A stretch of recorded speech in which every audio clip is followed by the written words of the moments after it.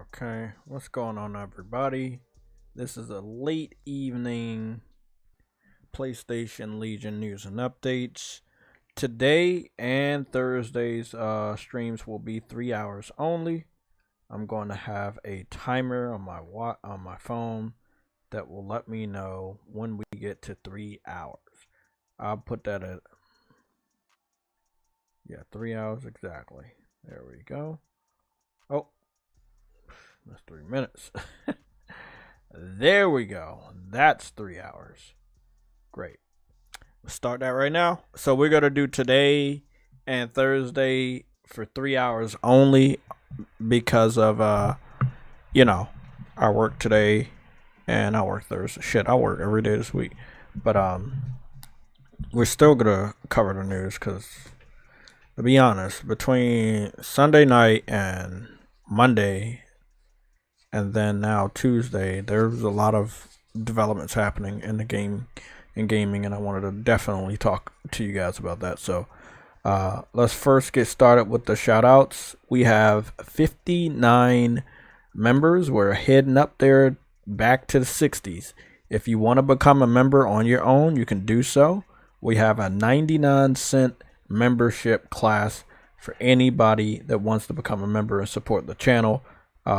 It is called the Warrior class. We're going to run through the 59 members and then head to the super chats. And then we're going to go to the chat, and then we're going to get this show on the road. Not going to hold you guys up. I got some stuff I got to do. Also make sure I get ready for tomorrow.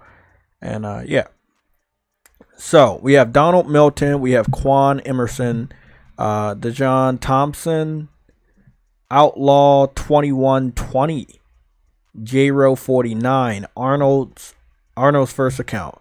And then we have Mr. Dan Max Jr., Chris Coleman, Games for Eternity, Henry Heck, Kyle, CAL, Finn Solo, Autumn 316, Dadley Pierre, Rena Lanford, Mary Wilcox, King Manuel, Briarios, Nelson Gaming, James Williams, Zavari Rare, DJ D, Mike Johnson, Dez, Iman Rich, the Swag Lord, Lost, BMO Kelful, Caution, DJ Clark, No Name, Arnold's second account, Kaiju Project, Renal Blakely, All Day is Good, Future Element 9, Sub, Dan S, D Truth, Andrew Wilkins, Kelvin Smith, Shadowmaster, Sicknick Mondo 16.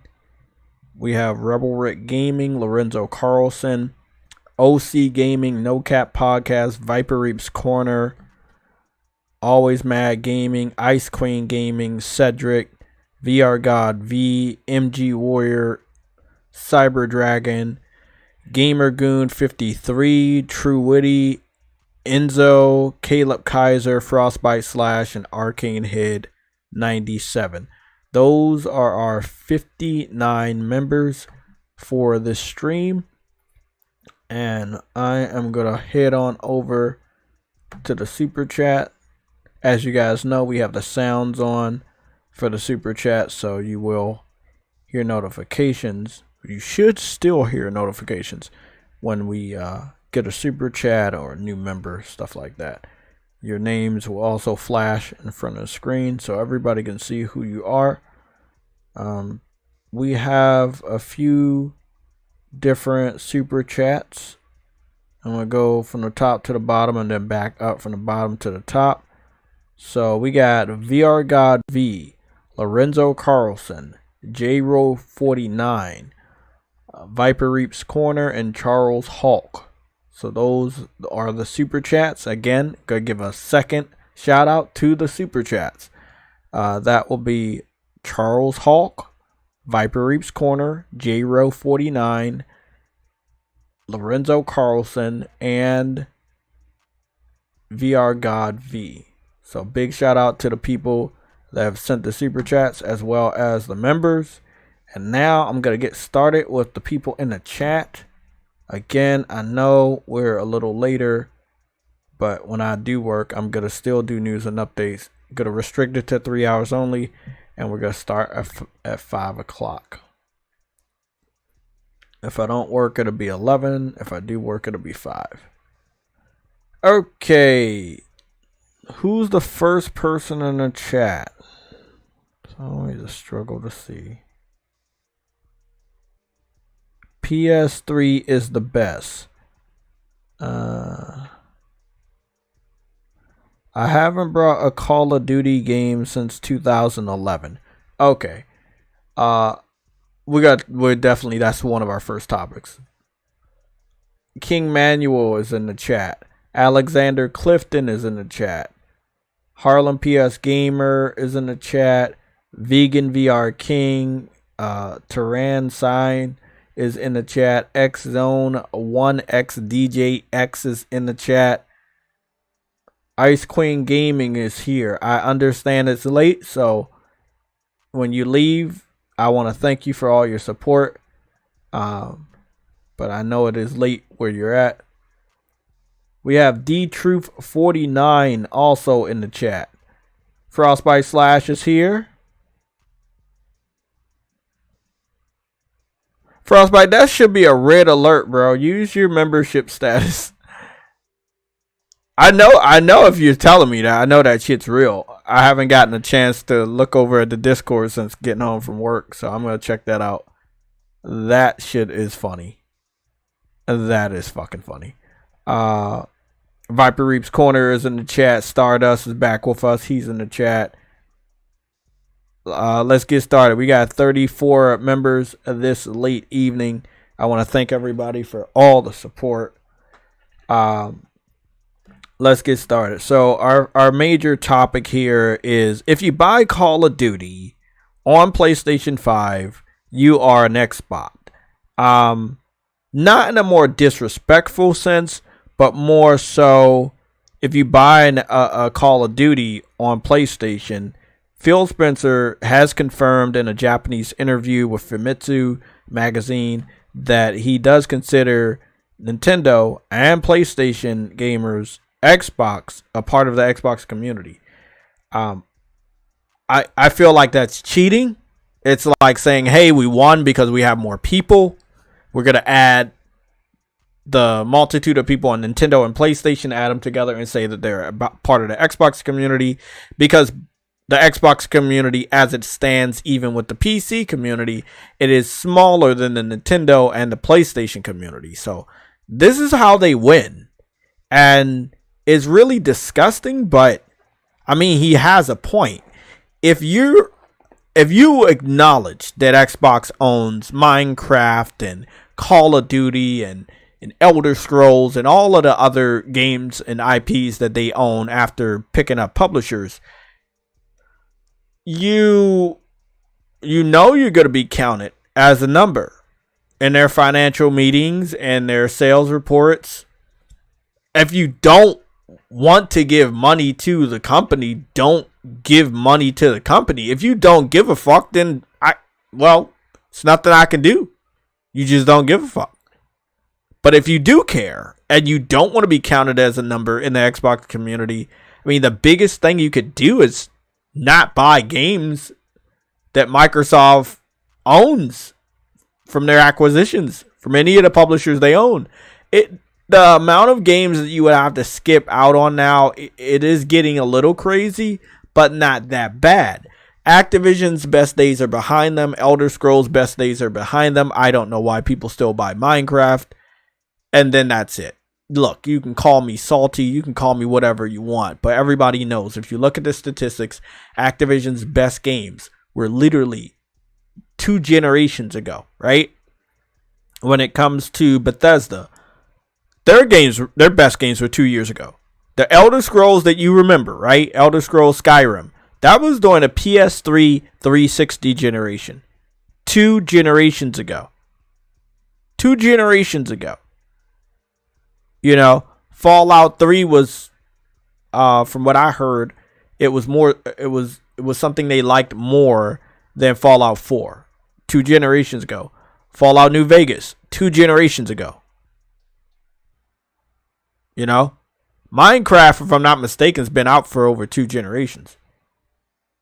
So the best things from these publishers that Microsoft has acquired over the last 10 years or plus 10 years, with the Mojang acquisition, it's been over 2 generations. So, if you're a gamer, and quite possibly you're anywhere between your 20s and 30s at this point in time, then you're well aware of what games to stay away from, and you can actually be a pretty damn good gamer without touching a Call of Duty, without touching Minecraft. Like, you can. Yeah, I've picked up some games from some of their publishers before the acquisitions, and I enjoyed them before the acquisitions. Doom Eternal, I got that before the acquisition. What was it? Crash Bandicoot Insane Trilogy, Crash Team Racing, the Tony Hawk Pro Skater 1+2 remake. What else did I pick up? The Marvel Ultimate Alliance 1 and 2 that I owned digitally before they lost the licensing contract with Marvel. Minecraft, I never touched that. I never really saw the appeal. I've had alternatives like Dragon Quest Builders 1, and obviously I've played Minecraft Inside of Dreams from other people's creations of that same game. But yeah, I mean, I don't mean to be that person, but it that is what Phil is saying, and I want to read word for word for what he said. So just give me one. Where the fuck is that at? Oh, it's not right there. I thought it was right there. Oh, there it is. Okay, sorry. I was looking for topics that we have a lot of different subsections in that PlayStation Legion Discord. So, 1 second. I just want to read this off. We also have some sales reports from Nintendo today, so we definitely want to read that off too. I'm gonna read this whole 2-slot paragraph, and then again, I quote from Phil Spencer, CEO of Xbox. So this is what Phil Spencer says. Phil is both important. He says something is both important. Let me read the second part. That was a continuation. First of all, about the hardware, I'm very excited, looking forward to what I can do in the future. As for hardware, I think we can provide something unique for Xbox users, not just to adopt to what other companies are doing. Just a ROG Rally and Steam Deck are considered as part of the Xbox community. Many Nintendo Switch and PlayStation users will also think of it as the Xbox community in the future. It is necessary. Somebody put a circle around that. So I just want to read this about 2 more times so we can wrap our heads around it. So he's like, some people look at the ROG Rally. Oh, sorry, the ROG Ally and Steam Deck are considered as part of the Xbox community. That, I know the translation was a little wonky, but I don't think anybody ever considered the Steam Deck as a part of the Xbox community. I mean, he's reaching for a W. That doesn't make sense. I'm gonna talk to you guys in the chat, because I need a second and third and fourth and eighth opinion.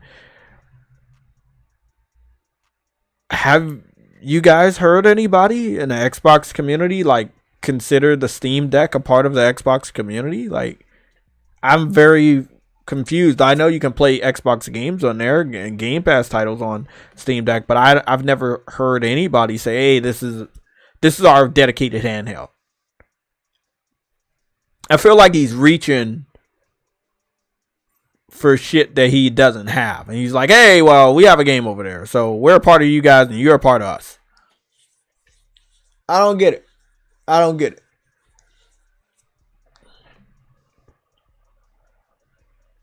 it. Crazy Tie Gaming, what's going on? Nova Red, what's going on? Human Guy, what's going on?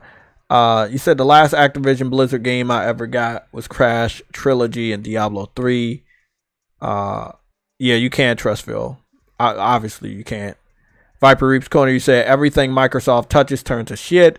That includes Windows, as well as Office products and their games. No way in hell I'm giving money for any of it. I mean, that's what he wants. King Manuel, you said GameStop just still what?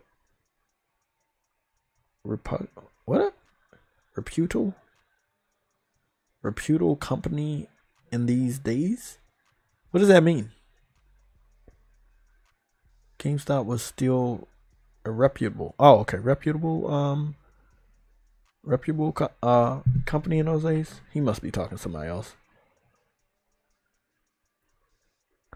Zone DJ. I'm gonna call you Zone DJ. I mean, I pay for Game Pass Ultimate on PC, PlayStation Plus, and the highest online package for Nintendo. So technically, I'm a part of all three communities. I guess no one's equal. I know if I had the time, if I had the patience to have all platforms, I would still have a favorite. And then it would make me sad when I found out how much money I spent on all of the systems just to only play one. Most of the time. Just scrolled up, that's all. Yeah. IGN, I mean, GameStop was actually, they were still reputable, and people gave a fuck about GameStop and would go there and go to midnight launches and shit like that. Yeah. It's a long time ago. Like, definitely a long ass time ago. Like the early, super early 2000s. It was a long time ago. And Microsoft is like picking up. People may not think it's chump change, but think about how much more money they would have had to pay for Activision in their prime and Bethesda in their prime. You know, Mojang was always small.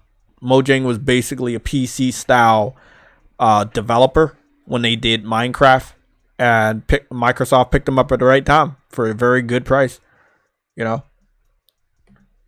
But Microsoft has not been successful in picking up anybody in their prime outside of Mojang.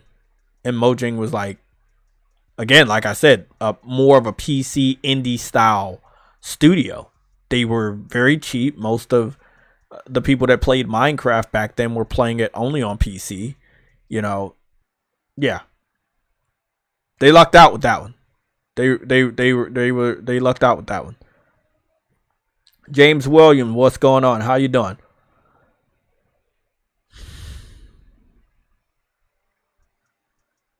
I mean, if I'm being real, and I'm being 100% honest with you guys, Call of Duty is Xbox and Xbox is Call of Duty. That's how the fanboys are going to see it. That's how Phil Spencer sees it. That's how Microsoft sees it. That's how the Xbox game division is seeing it. If you guys buy that game this year and they sell a shitload of those copies, Microsoft, Phil Spencer, the Xbox community, they're going to be on the internet. They're going to tease you. That shit ain't going to bother me. I don't buy Call of Duty. I'm not buying the one this year. I'm good. Mass Produce, how you doing? Thank you guys for pouring in. You're a little late, so I'm going to give a shout out to everybody that pours in late. We will get to the bigger news. I didn't talk about this before, but this is old news from last week. They seem to have had some sort of employee dinner shit, and Phil Spencer was like making burgers for people. I know it sounds weird, but yeah, he was making food for them, and instead of like ordering 5-star catering, which we know Microsoft should have money to do, they had Phil Spencer and some other people higher ups cooking. I don't know if I would ever. I would rather the 5-star catering that we know Microsoft can do, but everybody's has budget cuts. Even Microsoft. The days of the blank checkbook, the checkbook for Microsoft, no one can say that anymore. Obviously, you have a limit. Microsoft has a limit for the Xbox division. No. At the Activision type of thing, that's never going down again, ever. You can quote me on that. Never. Because it's nobody that's gonna cost more than Activision, except for Take-Two, and Take-Two is not gonna allow that. They're not gonna. No, bro. No. If Grand Theft Auto 6 comes out and it flops, and like they take a major hit to their company and some other bullshit goes down, I could see them like needing somebody to help them out. But if Grand Theft Auto 6 comes out and is exactly what we know Grand Theft Auto 6 is gonna do for Take-Two, then they're gonna be fine. But that's the only other big studio I would see out here for Microsoft to pick up that costs more than Activision would be Take-Two. Yeah, in a full scheme, and yes, they're gonna have to overpay, and they're gonna have to pay so that all the employees stay in shit for a few years. Yeah.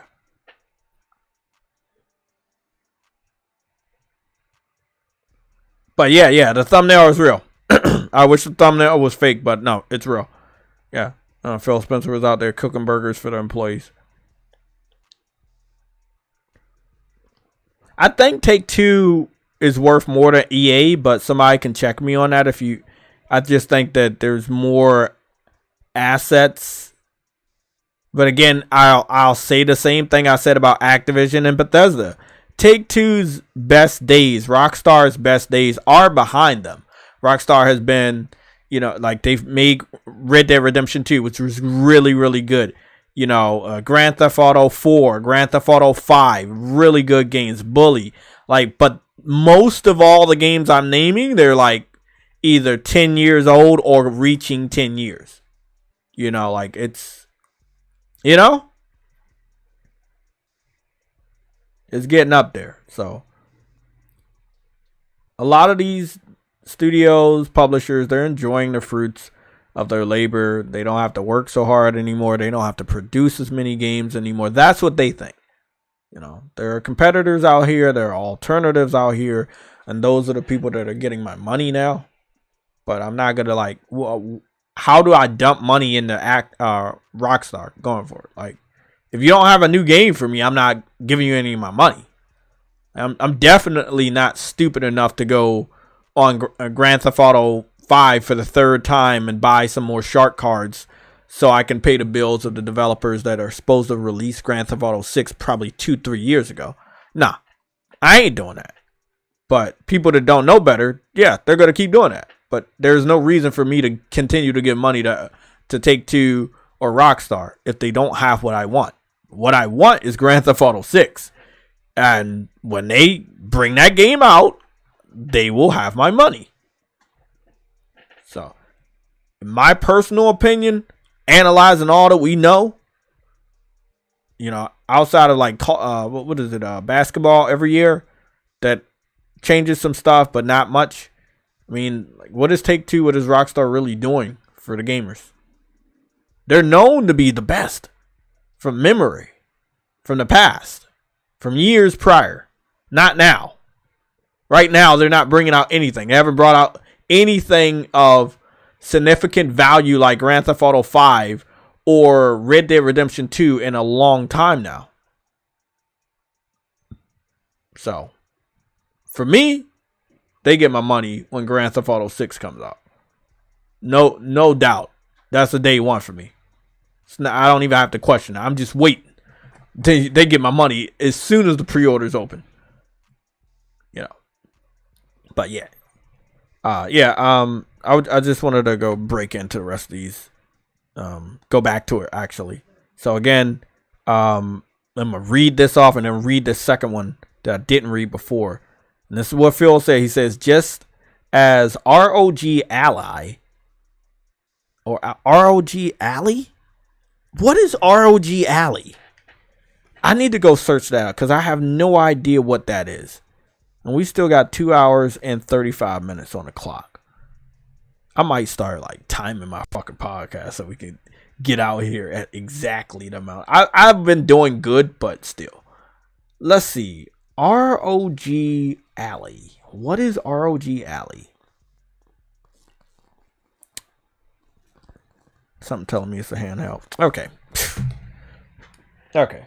So, just as ROG Alley and Steam Deck are considered as part of the Xbox community. So, he's saying these two handhelds that are not Xbox made devices are part of the Xbox community.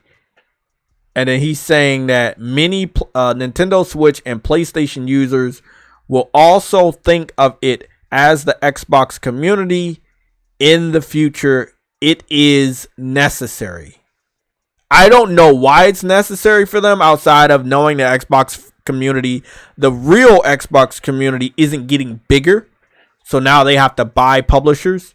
And the people that are outside of the Xbox ecosystem will buy those games. And those games are now owned by Xbox. So in turn, we are part of the community. If we choose to continue to buy games that are owned by Xbox from publishers that didn't used to be owned by Xbox. But it's a really I don't know, sleazy, dirty, underhanded tactic. Like, why not just make great games and have people buy your fucking hardware? Like, at this point in time, you're saying to the world that we suck. We have to buy people that are better than us. And hopefully you can remember us fondly by, you know, whatever we own now that you like. We know you like this shit. That's why we brought it. And we know you're going to keep playing it. And we know that money's going to go into our pocket. So you're a part of us. And we're a part of you. It's a weird thing. Let me read this last paragraph. It says, similarly, make sure that everyone who continues to play Xbox games, including users who play Game Pass on PC, feels equal in the community. I think it's also important. There are many things to work on. So I think the translation is really fucked up. But I can't help but think that part about him saying, again, many Nintendo Switch and PlayStation users will also think of it as the Xbox community in the future. It is necessary. I know there's something wrong with the translation. I'm not reading that right. But I know what he's trying to say, even though this isn't a word-for-word translation. I hate when we don't normally see this from Phil Spencer. He does an interview in another country and they fuck up the translation. Normally we have him on camera saying shit, or we have him on mic. But I do believe by the end of this year, we'll probably have a hot mic moment from Phil Spencer like we normally do. And he says some fucking shit that he shouldn't say. So let's hope that we get another interview with Phil Spencer. But it does seem like he's saying exactly what I said to you guys, that he's going to consider everybody that buys Call of Duty this year a part of the Xbox ecosystem. That money's going straight to them. They finalized the acquisition of Activision before Call of Duty comes out. So that means if you're claiming this is your last Call of Duty, this money is going straight to Xbox. Straight to them. There's no ifs, ands, or buts. Last year should have been your last Call of Duty. But if you still want to buy it this year, I am not going to bat for you against crazy Xbox fans that harass you and say, haha, you're paying for us to play the game on Game Pass, even though the game is not going to Game Pass so far that we know, especially at launch. But from what I've seen in the console war, Xbox fans are preparing to just say, you know, you guys have to pay for the game. We don't. Even though that's not true right now, because they do have to pay for the game. But it is a weird landscape in the console war. I don't feel like this is adequate ammunition I feel like this is pretty stupid. Call of Duty was popular before Xbox got their hands on it. People were buying it before Xbox got their hands on it. I don't think people are going to stop buying it now that Xbox has their hands on it. But if you do buy it and you're on PlayStation, they are considering you a part of the Xbox ecosystem. That means they can count you as a user. They can, talk about the sales of Call of Duty as being positive for Xbox. These are things they can do now. They will not give PlayStation credit. They will not give Sony credit. They will not give the PlayStation gaming community credit. But they will take credit for what you're doing, which is put money in their pocket. Again, I gave a small watered down speech about Minecraft many years ago when Microsoft acquired Mojang. No one cared. Nobody stopped buying Minecraft. I highly doubt any of the PlayStation gaming community is going to stop buying Call of Duty just because Xbox owns it. So this is how they do win. They make they're making money and they're successful because the PlayStation gaming community are real gamers. We buy games that we like and we do continue to buy them. Casual PlayStation fans, they seem to buy the same games every year. I don't know how that's possible with Minecraft since they haven't had a good Minecraft since the one they brought out originally. So I don't know how they continue to make money off Minecraft outside of microtransactions. If that's a thing, I'm not well versed when it comes to Minecraft because I don't play the game. What are your thoughts? Everybody in the chat. So Phil Spencer is looking at you as a PlayStation gamer. If you buy Call of Duty this year at all, he's going to claim when the sales come in that we have one of the best selling games. And he's going to claim ownership of Call of Duty. And he can because they own Activision. How do you feel about that? Being considered a part of the Xbox community. How do y'all feel about that?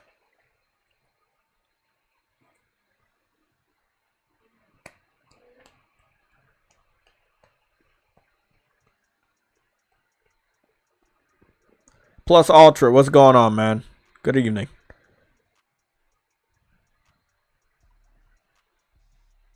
I brought my son a ROG computer, but we definitely weren't what? Let me read that. You said you definitely weren't thinking about Xbox while buying. Maybe Windows, but that's about it. Well, I think the way he's looking at it is if you have a Steam Deck, if you have the ROG Ally handheld and you play Game Pass on it, he considers that a part of the Xbox community. I don't even think, even if you have to play it, it's like, hey, we have our service on that device. So that's a new device we're going to count as in our financials. And you're going to do the same thing with PlayStation when it comes to Call of Duty. They're like, hey, we can count Call of Duty. We can do that. Like PlayStation was able to be very successful when they reported their financials on the PC side because they acquired Bungie, right? So they were able to count all of the Destiny sales on PC and the users, and they made the PC segment of their financials look very positive. Even though without the Bungie acquisition and Destiny 2 and what it was able to achieve, the PC segment would have been just piss poor, dog shit. But, Destiny was able to bring them up on the PC side.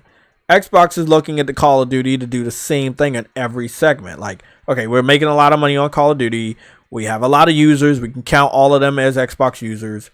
We're gonna have microtransactions. We can start reporting on how many people buy microtransaction from us. Like, they own Call of Duty now. They're gonna claim ownership over every aspect of positivity on this new Call of Duty. Mark my fucking words. I was right about this.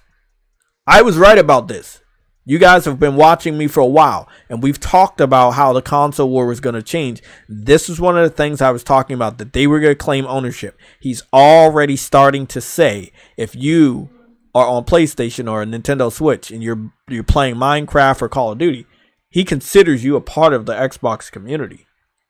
If you go and buy Call of Duty this year, he's going to consider you a part of the Xbox community. And again, you can say it's trolling all I want, but you're an Xbot. You know, not in so many words. I'm more of an Xbox fan or an Xbox gamer to him, but you know, you're a part of the Xbox community. That's what he's saying. I'm not saying this shit. I'm not saying. I was saying that he was going to say this, or he was going to think this, or Microsoft was going to think this. Now it is becoming a reality with his new interview with the Famitsu magazine, that he is considering the Nintendo Switch and PlayStation a part of the Xbox community, which means when the financials come out, they're going to be looking at the financials and they're going to be like, hey, look how good we're doing. We know they only got to brag about it because Call of Duty is going to sell a lot of copies on PlayStation. Obviously, people can't help themselves. It's the last big game of the year. I don't need it, but other people do. And other people that don't even really need it are going to go buy it anyway. You know, could be a Christmas game. I don't know. Like, it is what it is. I just want y'all to prepare that this is the cringy type of shit that's going to go down. Crazy Ty Gaming, you said, why doesn't Phil talk to his people and say stop fucking up and make great games? I'm tired of being in third place other than buying every studio, because in the business world, it's easier to buy somebody and have them do the work than you do the work. Just being as honest as possible. We know this is how it works in the business world. You think Phil Spencer has helped develop a single fucking game? No. Mark Cerny has. He's helped architect, you know, he was the architect of the PlayStation 3, was it PS3, PS Vita, PS4, PS5, and he helped make Knack 1 and 2. And he helped with other games, including Spider-Man 2. So, yeah, when it comes to Sony, like, they plan their games. They're helping in game development. Phil is not doing any of that. They got a lot of money. They can go buy who they need to buy, and they can make the games for them. Now, this adds to all of the other segments that we have going on today, so strap in. I wanted to talk about the second topic in relation to what I just said about you got a lot of money, you don't gotta fucking do shit.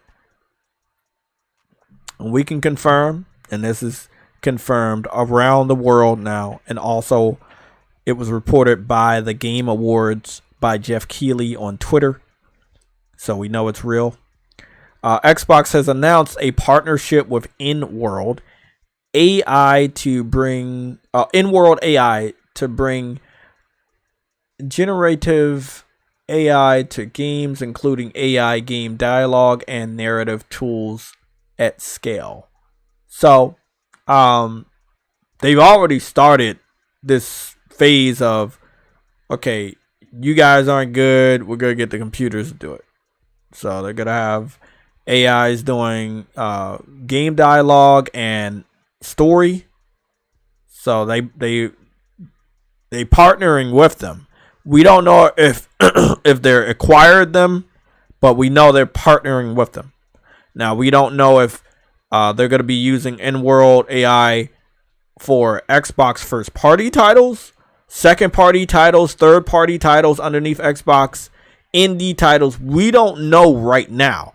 All we know is they confirmed that they are going to be using AI when it comes to story and dialogue in video games, which is something that we know Hollywood is fighting against. Me personally, the AI pictures sometimes that I do use sometimes for our thumbnails, they're pretty cool, right? I love artists, all types of artists. AI is a little weird. And then you see these AI like musics where they're taking somebody's voice, do a rap song or a song that they didn't really record, or they have somebody's voice, example, Robert Williams' voice saying something that he never said in real life before he died. So it's a little not right. We know it's just not right. So definitely when it comes to, hey, we're going to have AI make a game, I feel like that could be unfair, especially if that game turns out to be super really good.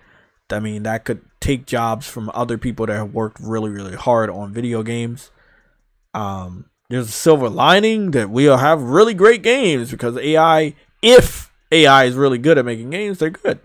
I know a lot of AI pitchers that they can't get fingers right. So I don't know how if AI end up doing good.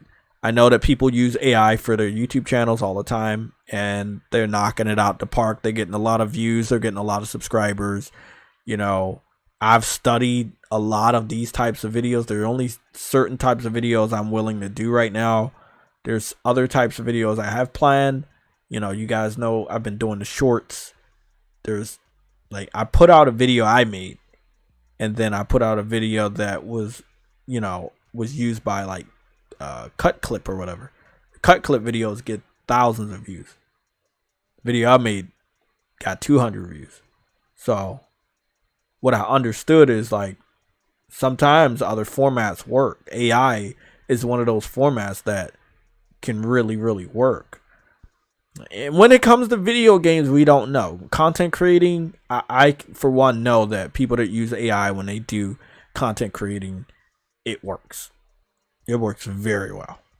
We don't know how AI is going to translate into video games, but when it comes to pictures and content creating, right now AI is like an easy pass to get what you want.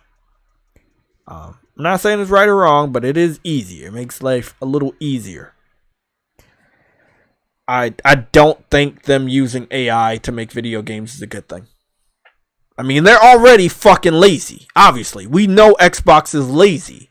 So this partnership doesn't not make sense. It makes perfect sense for them.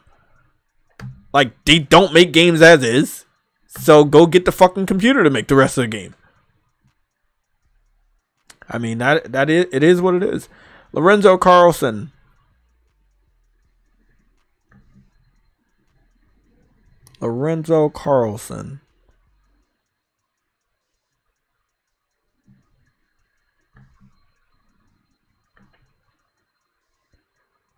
One second. Lorenzo said something, and I don't know what he said. Why didn't I get a notification from that? Elgato is off. Loop is off. Let me see.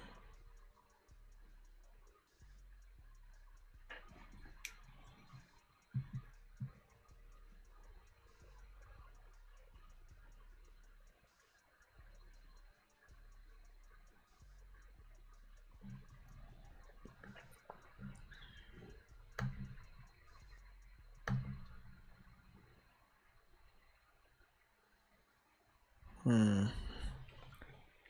hope I didn't fuck anything up with the sounds.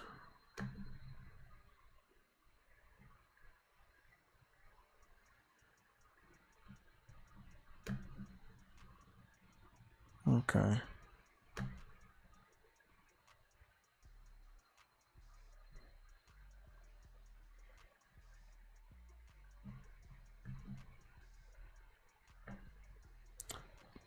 I don't know.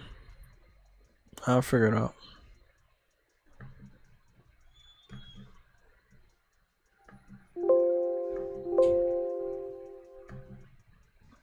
Okay. Lorenzo, you said I support Call of Duty and Game Pass forever. I mean, you're joking, but I know a lot of people that's on PlayStation that told me personally that they not gonna stop buying that game. That's just the game they want to buy. So it is what it is. So I already, me personally, I'm perfectly fine with people not listening and doing the wrong thing, but Now, I don't expect anybody to come to me later on and act like, hey, bro, they teasing me in the comments and shit, and they won't leave me alone. They keep saying I support Xbox when I don't. You do. If, going forward, if you buy Call of Duty knowing that Xbox owns the company, Xbox is going to claim credit for having probably one of the biggest games of the year, and it's not even going to be Starfield. I mean, that's just how it is. I don't know what's going on with the chat on screen. I wish I knew, but I do not know. Outside of my damn computer being on all night and I didn't restart it. No. Look, man, me personally, computers have been things that I've used forever, my smartphone included. But sometimes they don't work. Just like this. It's like a simple program, right? So a simple program is I have everything set up. I know how it's supposed to work. It's supposed to work, right? When you talking in the chat, it should translate into on the screen and show everybody on screen, you know, who's talking.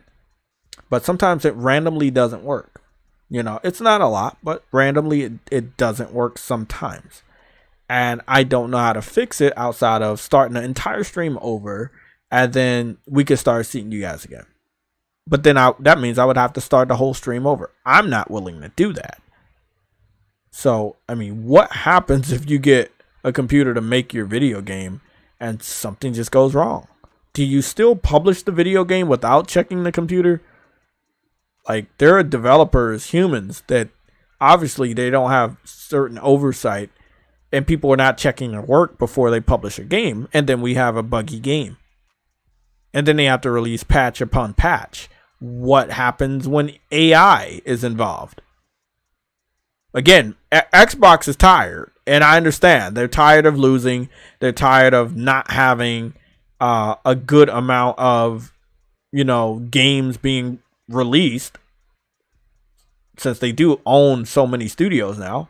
So I guess they're thinking, hey, we can offload some of the work by having AI make our video games. I mean, they're not wrong. You know, they're not wrong. So we'll have to see. We'll have to see. So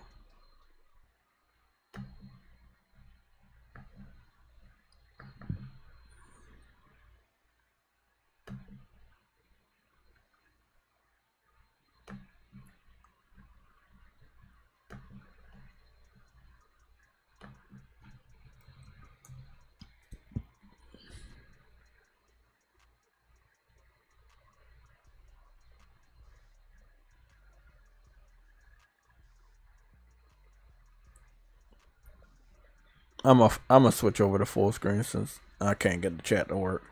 At least it'll look nicer. Sorry, guys. I mean, I do my part. I know how I have my stuff set up, but still, sometimes things just don't work, and it's perfectly fine. But I don't know if I want to be in the future where computers are going to be making our games and they don't have the same type of human oversight that we currently sometimes have. You know, like, we have people that look over top of our shoulders, bosses, supervisors, managers, right? And things still go wrong. So what happens when AI takes over? Like, is anybody gonna look over their shoulders?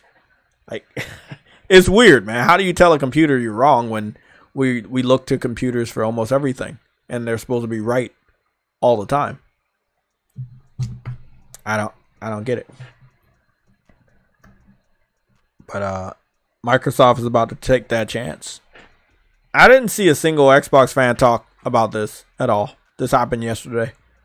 Not a single Xbox fan talked about it. It's weird. Crazy Ty, you said, I think the last time Call of Duty was good was in the PS3 360 generation. Yeah, I agree. Yep. I'll show you. I'll show you the last time. Not the last time I played Call of Duty, but what you're talking about. I know exactly what you're talking about. And I did a video with my cousin. I did a video with my cousin years ago when Call of Duty Modern Warfare 3 came out. And I showed you guys that not too long ago. Yep, 11 years. 11 years ago. Call of Duty Modern Warfare 3 HD rant. 11 years ago. Call of Duty Modern Warfare 3 Kill Confirm mode. Call of Duty Modern Warfare 3 unboxing. So yeah, I covered Call of Duty 11 years ago when it first came out. Mountain Dew, all that dumb shit. But yeah, long story short, man, like that's the like Black Ops didn't Black Ops come out during the PS3 360 generation? Like that's the last time Call of Duty was like really hot. It was that generation. I mean, it existed, you know, it was there. It's just, yeah, man, it existed, but I mean, look at all my fucking Call of Duty stuff. 8 years ago, 9 years ago, 11 years. I didn't even put none of the new Call of Duty stuff in my playlist because I just didn't give a fuck about it. It's been years since I think I even really truly acknowledge Call of Duty. And I don't buy the games. I play the betas, or like that one time I went to my cousin's house when he said he was getting it. I was like, I might as well go get some content over there. That was fucking 11 years ago, man. Like, come on, man. Like you're fucking good. You're fucking good. I've been an exceptional fucking gamer with amazing games underneath my belt. And I did not need Call of Duty. I did not need Call of Duty. I'm just being 100% honest. You guys know me. And no, you really do not need Call of Duty up here. You know, if you're that type of gamer, you need it. Yeah, if you're that type of gamer, you need it. Every now and then I find alternative shooters. If I'm in a mood for shooters, yeah. But that's just me. Maybe some people just really, really want a military shooter every year at the same exact time. But me, I can do very well without it. We still have other bad news to cover. But before we cover that, I did want to cover the live action holiday PlayStation trailer advertisement that I said was happening. I said that Nintendo had did one. And this was just on Sunday. I said Nintendo just did one with Kenan Thompson from Kenan and Kel. Also from Good Burger, and he is also a comedian on the Saturday Night Live. Okay, so Kenan did a live action commercial with Nintendo with his two daughters, and I was like, well, it's about that time that, you know, they're probably gonna be, you know, doing this type of stuff. PlayStation is probably gonna get theirs out the way. I wasn't able to confirm Microsoft because they already did a live action trailer. But I don't know if it was in the spirit of the holidays. So, long story short, I knew that if Nintendo did one, and we really are getting in the meat of the main holiday, Thanksgiving, Christmas, New Year's, this is the main holiday season. I fucking knew it.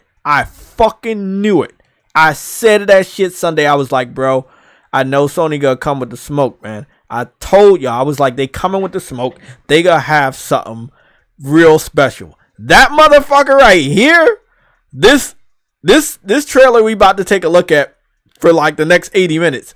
That motherfucker was good. This one was really, really good. Now, before we even dive into the trailer, because there's a lot to unpack, let me unpack the thumbnail. So, y'all can go to the chat. If you feel like typing, you can type and tell me what you think from this thumbnail. I'm going to go first. Y'all, if y'all want to, y'all can talk now. You don't have to talk. We can watch the trailer together. Obviously, it's going to be on mute due to copyright problems. Episode 64 of the news and update got hit by a copyright notification, it blocked the viewing of the video from the United States to around the world. Something about the soccer commercial that I had viewed in that live stream. They said that I wasn't supposed to show that, even though it was PlayStation related. Long story short, I'm supposed to be in the okay right now. I had clipped that segment out of the live stream because, thank God, YouTube initiated this new thing where you can edit a live stream after it's up and take shit out if you choose to. I only use it when they give me copyrights, especially one that's blocking your ability to watch episode 64 if you choose to go back and use those timestamps. I'm just going to go back. It's still blocked right now. I don't know how long it's going to take them to fix it.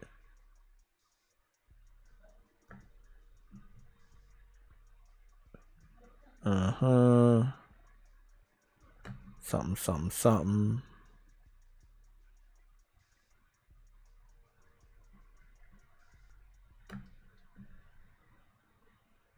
PlayStation X UEF Champions League.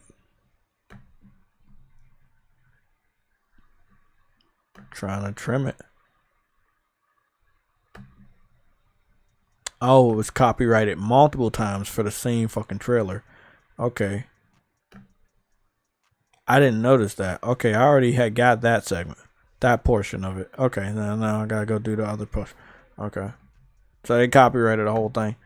I'd be really trying to show you guys what I see. I think that's the best way to do stuff on my channel.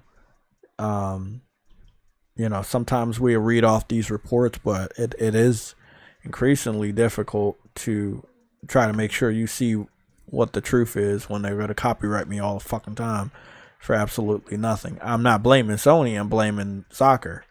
But I don't really understand. The whole point of this, everything, is to get more eyes out there. It is what it is. With that being said, let's go dive into this trailer that has nothing to do with soccer, thank God. So I don't have to worry about getting copyrighted. So basically, the thumbnail is letting us know that they're alive, right? You got the, I forgot what those things are named. I forgot what that shit was. What is that shit called? I'm at a loss for words right now.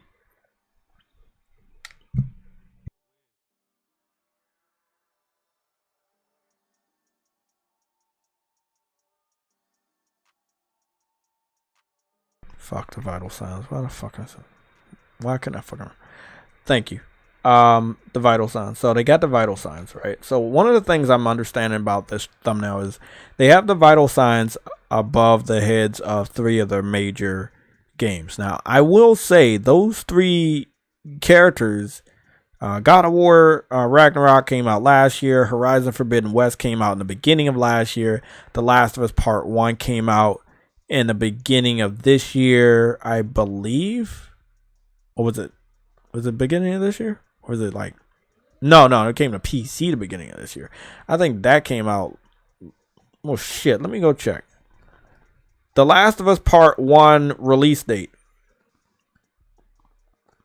The Last of Us Part 1's initial release it came out last year. September 2nd, 2020. So, you had The Last of Us Part 1 came out last year. And then you had God of War 2018 also came out last year. And Horizon Forbidden West came out last year. Shit, Gran Turismo 7 came out last year. Last year was a big year for PlayStation. Now, my only thing that I don't like about this thumbnail is that you're showing shit that came out last year. You're not showing Spider-Man or anything. The trailer, however, is showing everything, but the thumbnail is not. Still a damn cool thumbnail. It's letting you know that they're ready. Now, I looked at it a different way this morning. First of all, you have 3 battle-ready people. Kratos, the God of War, Horizon Forbidden West, a.k.a. Aloy. She's been in multiple wars already. Then Aloy, she was fighting in a war with Joel against the infected and against the... I forgot what the... I want to call them the IFA, but they're not the IFA. Damn, Fireflies. Sorry. She fought against the Fireflies. I'm sorry I'm having all these brain farts. It's weird working and doing that shit later. I'm going to get it. So she went up against the Fireflies and the Infected with Joel. Then she had her second war when she was getting revenge. And she still had to go up against the Infected. And she had to go up against the Wolf faction in order to get her revenge on Abby for killing Joel. So all three of these individuals in the thumbnail are showing me, first of all, it's a shot at PlayStation. It's a shot at Xbox for confirming that, first of all, we're alive. Second of all, we're ready for war. If you think we're not ready, we are ready.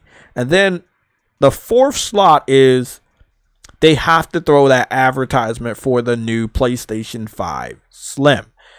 Now, at the end of the trailer, from what I saw, the UK version, they did not show the PlayStation 5 Slim at the end of the trailer. They showed the PlayStation 5 Classic at the end of the trailer. So we're going to analyze this. I'm going to go into it real quick and pause it and then go into slow motion mode. This trailer is only posted in 1080p. It is an advertisement style. So, I'm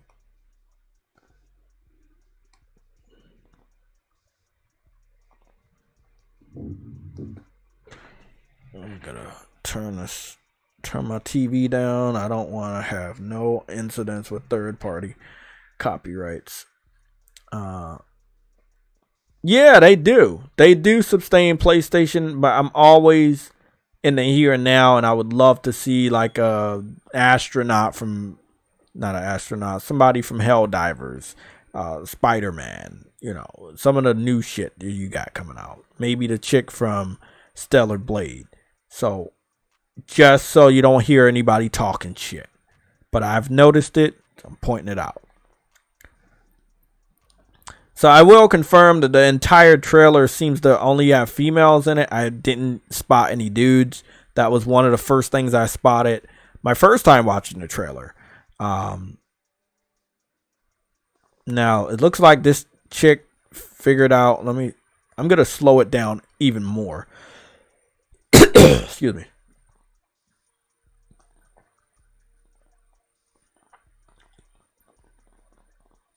So I'm going to go even slower. So I don't know what this chick is running from. I don't know what the outfit is. Very model style shit. I've never seen anybody in video games wear an outfit like that. So that's just on that UK advertisement type shit, right? Definitely an advertisement in the UK, then ported over here to the United States and re-released. Don't know what game that's portraying. All I do know is that this is portraying something with God of War relation, but again, that's not a trace. This is just a girl. I'm guessing this girl is a representation of gamers, and they are definitely trying to get more women and girl gamers on PlayStation. Even though we have a lot of characters for them, they're still going after them. Something related to an astronaut. This one's related to Hogwarts. I remember those creatures.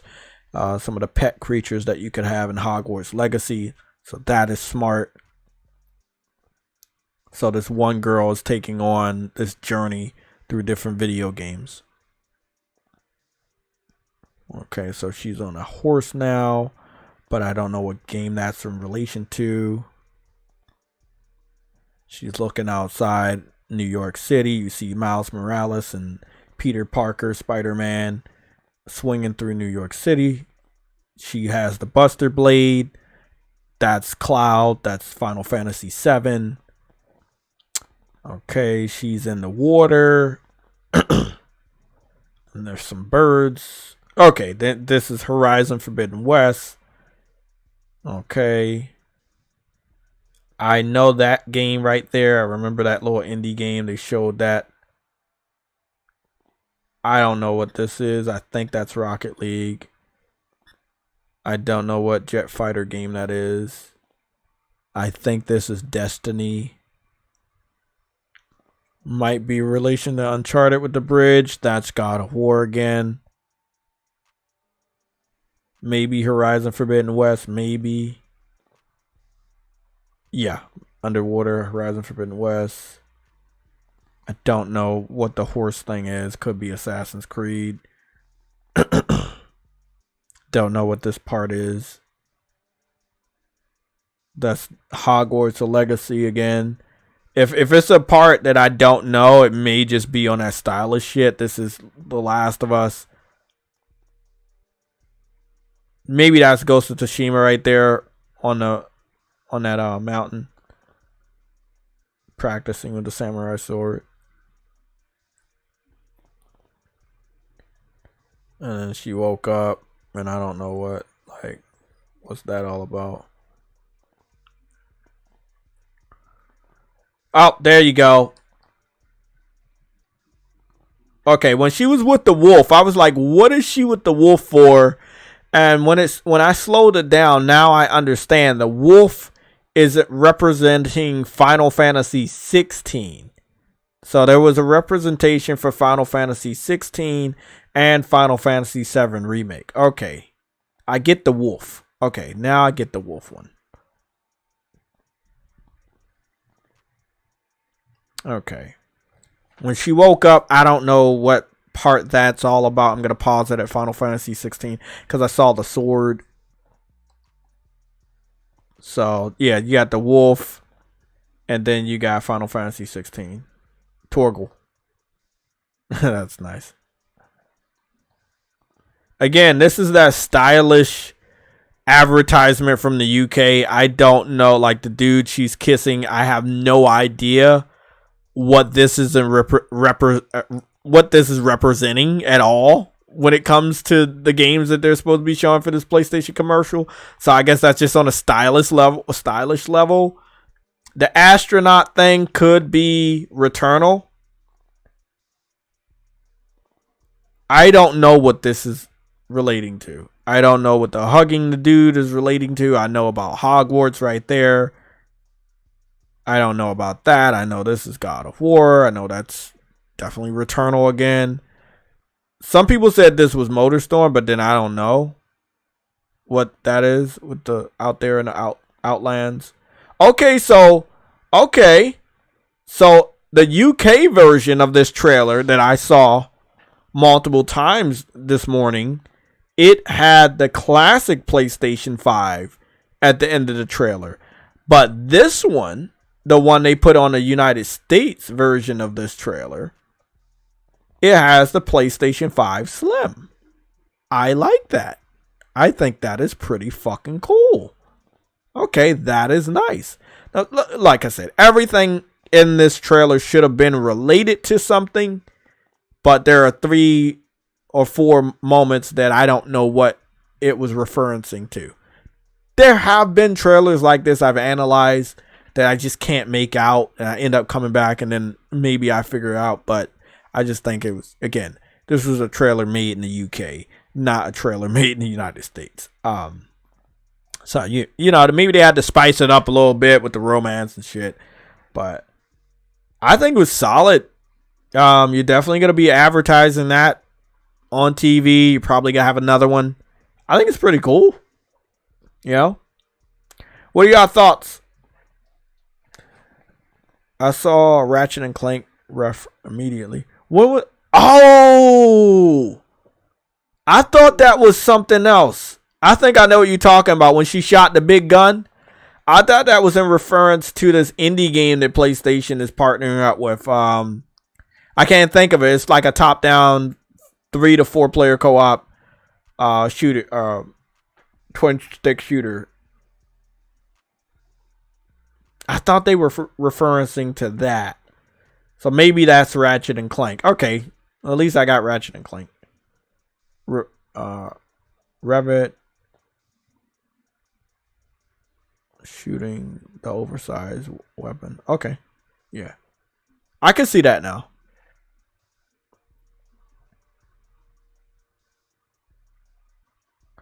Oh, okay, I can see that. Lorenzo, you said the first part was Death Stranding with the golden mask.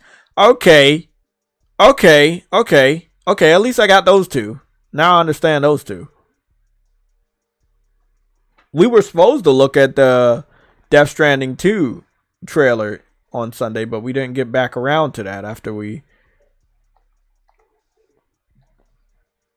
Oh, I see it. It is Revit. Yeah, she has the outfit and the scarf. Okay, now I get it. Okay. Okay, now I get it. And I see the boxes, the Ratchet and Clank boxes. Okay. Okay, I see it now. That's pretty fucking cool. Okay. That just made the whole trailer even better. That is fucking awesome. Okay, I like that one.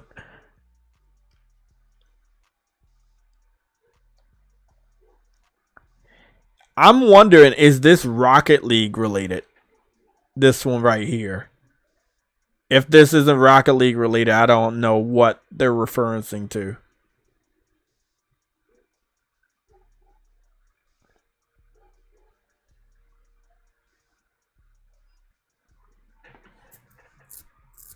Yeah, when y'all get a chance, y'all should definitely watch this shit with sound.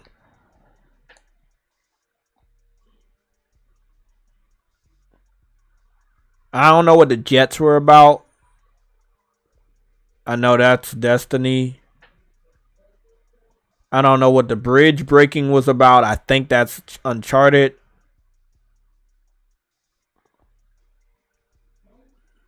Going underwater.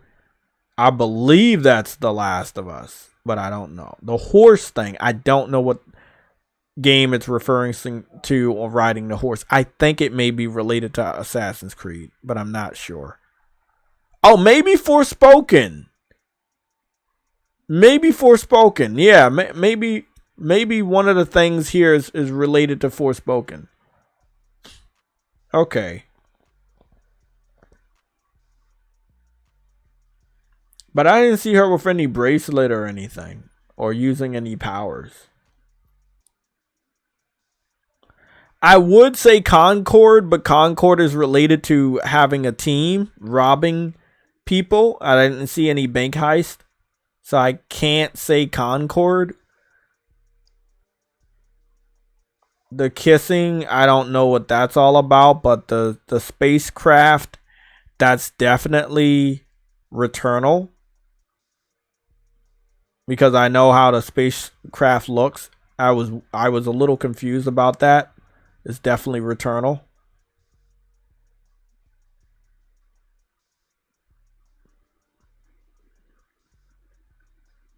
Really solid. Really, really solid.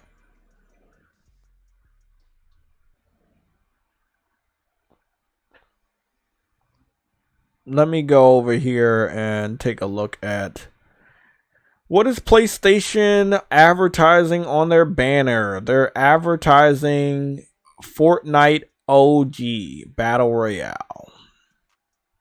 Should have been around for that long. So long that what is old is made new again. I have no interest in that. I've lost interest in Fortnite so many times I can't fucking tell you right now. But let's see, is there anything else new to look at? I'll probably look at the Nickelodeon All-Star Brawl. They said that's a launch trailer. I didn't know the game was launching this week. I do want to pick it up as soon as possible, though. I do like my All-Star games. Okay, there's nothing else of value here. We're going to go take a look at Metacritic when we get a chance. So, yeah. I don't know what that's all about. No.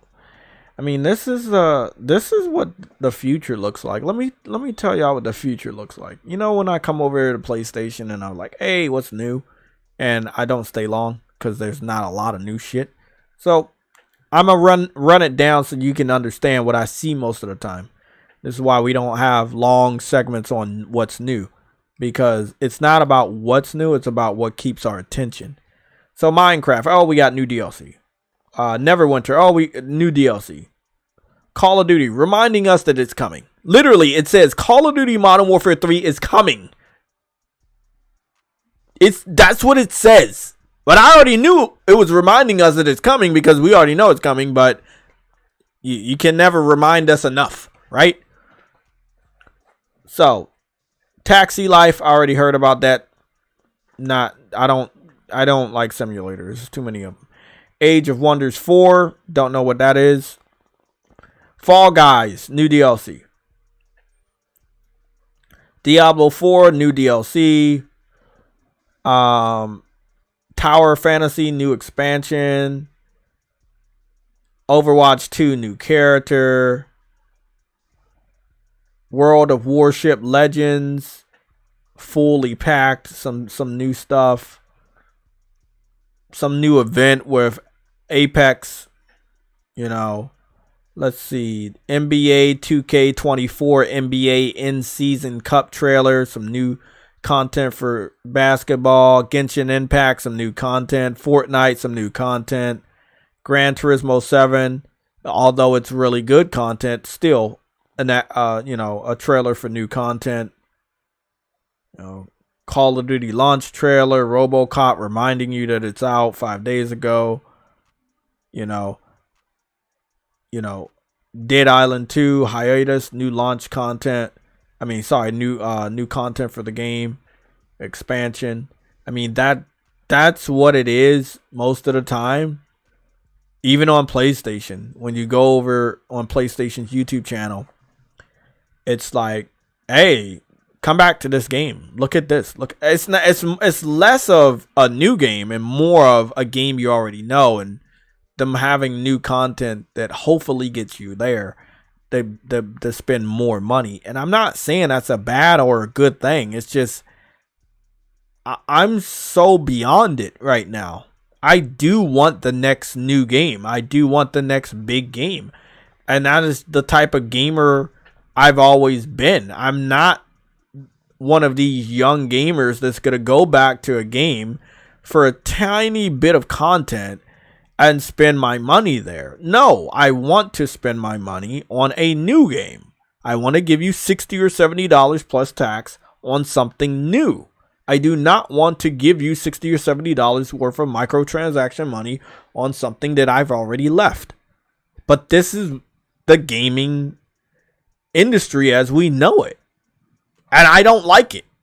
I and many of you do not want PlayStation to be a games as a service factory to bring out games, and then the only time we hear about them is when they have new content or a new patch or some stupid shit like that.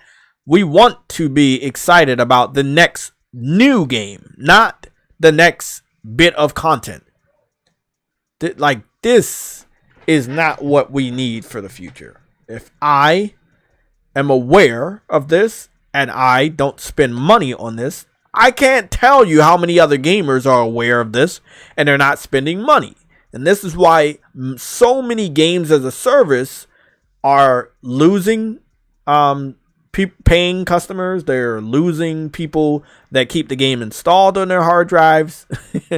They're losing interest. I'm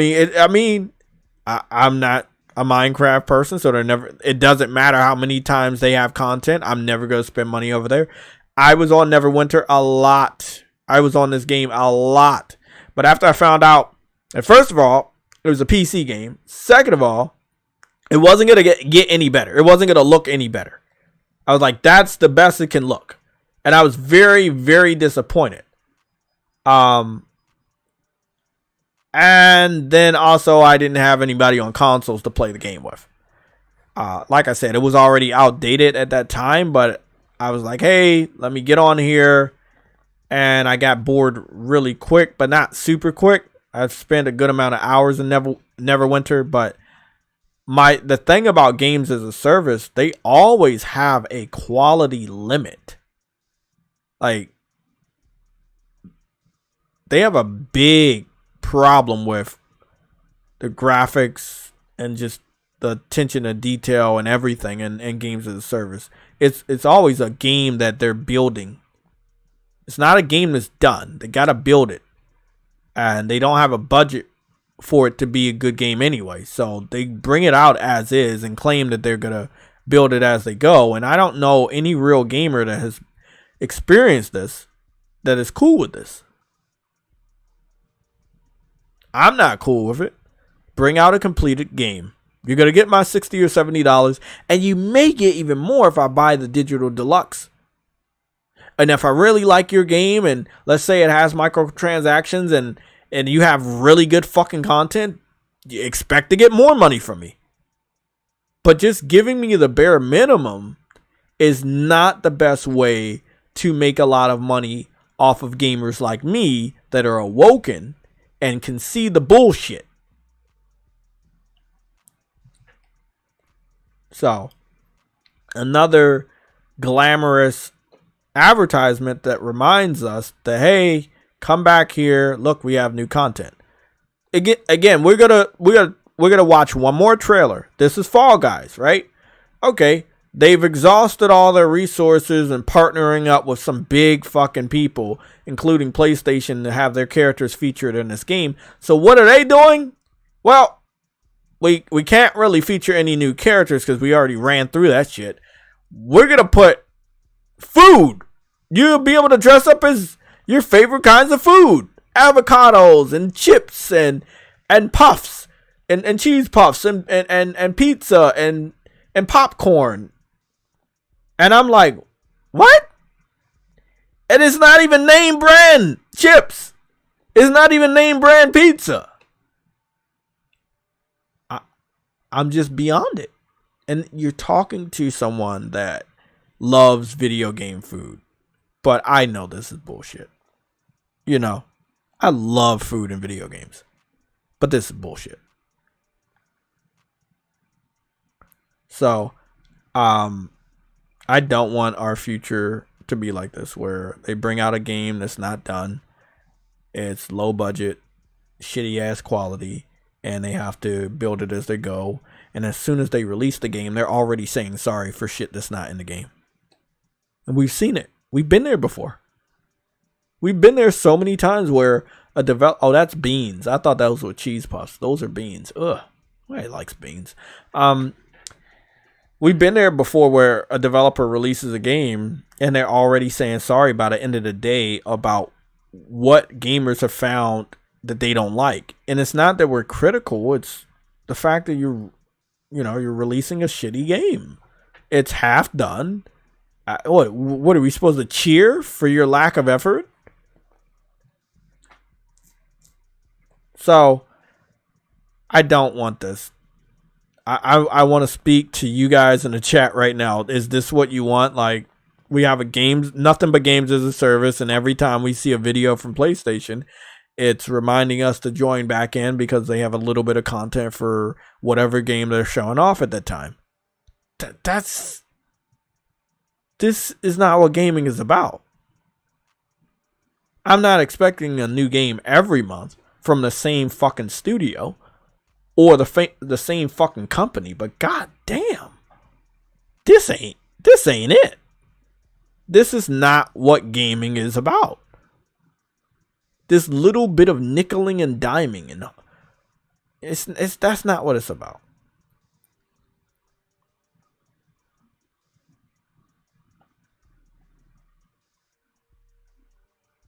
I agree, Warlock. I only buy completed games. I very rarely these days invest any money into microtransactions. I'm waiting to invest all my money in any type of microtransactions for Helldivers. I'm not spending. Helldivers is my game. Whenever it finally comes out, hopefully it's still February, that's where I'll be spending my money for shooters. And that'll be a dedicated shooter for myself. It'll be co-op based, but still.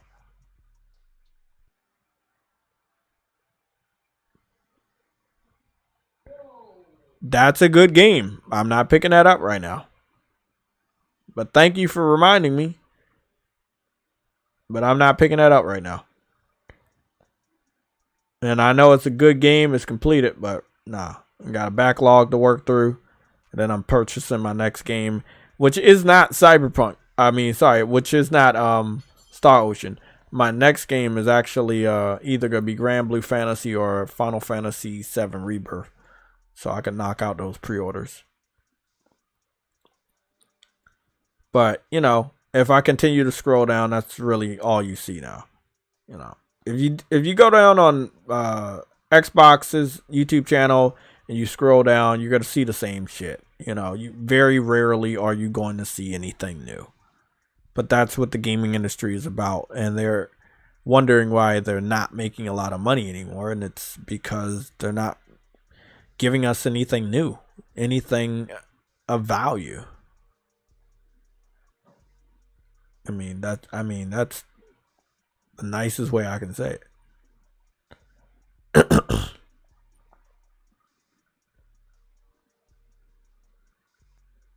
But this is what the gaming industry looks like if it was like a games as a service universe. That's what it looks like. I mean, this is Street Fighter 6. You know, instead of putting a character in there, they're like, hey, we're going to put an outfit in there. And you can, hopefully, you're not smart enough to know that you have to buy the fucking your outfit. But yeah. I'm like, oh my God, they want you to buy outfit to make you look like a muscle man. That's wild. But I knew what Street Fighter 6 was before I got it. I know about Tekken 8. That's why I haven't pre-ordered it yet. Like, you know about this stuff. And you have to, as an adult that has time constraints and maybe even money constraints, you have to ask yourself, how many of these type of games can I tolerate and will I tolerate? That's one of the reasons why I skipped Mortal Kombat 1. It's not that I'm never going to get it. I'm definitely getting that game. But there was no real interest in me picking it up day one. I thought it was going to hurt, that I was going to miss the day one launch, and the day one launch came and gone, and I just don't give a fuck. I don't want to be like this. I don't want to be numb to new games, whether they're third party or first party. I don't want to be like that. But this is, you know, this is what the new generation of gaming is. This is what it's all about.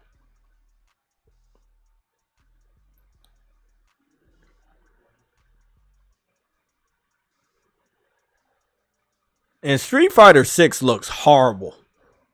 Like, with all these other great looking games coming out, Street Fighter 6 looks so fucking dated. I mean, obviously I noticed that when I was playing it, because I analyze everything. But god damn. This is what the new generation of gaming is. The new Street Fighter 6 Fighting Pass, Final Fight Gala, premium rewards. Look at this, look at that. Look. It's like, bro. Like, don't get me started on PlayStation Home. PlayStation Home did all this shit like 10 plus years before most of all these people doing it. But they had such a much better way of doing it. So it wasn't microtransactions. It's like, hey, this is your content. You want to buy it. You spend this money on it. The prices were good, you know. But man, it's so cheap sometimes. It's so cheap sometimes. I've noticed this for a few years now. Maybe about 3 years. That I would go to PlayStation's YouTube channel and I would just see videos of other developers' content for a game that already exists or has existed for a very long time.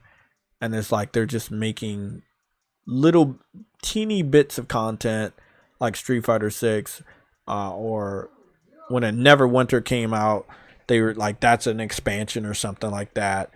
But most of the time, they're just reminding you that we exist and that we need you to come here and give us money on this microtransaction for shit that we could have put in there for free. Or you could have paid for a completed game, but no.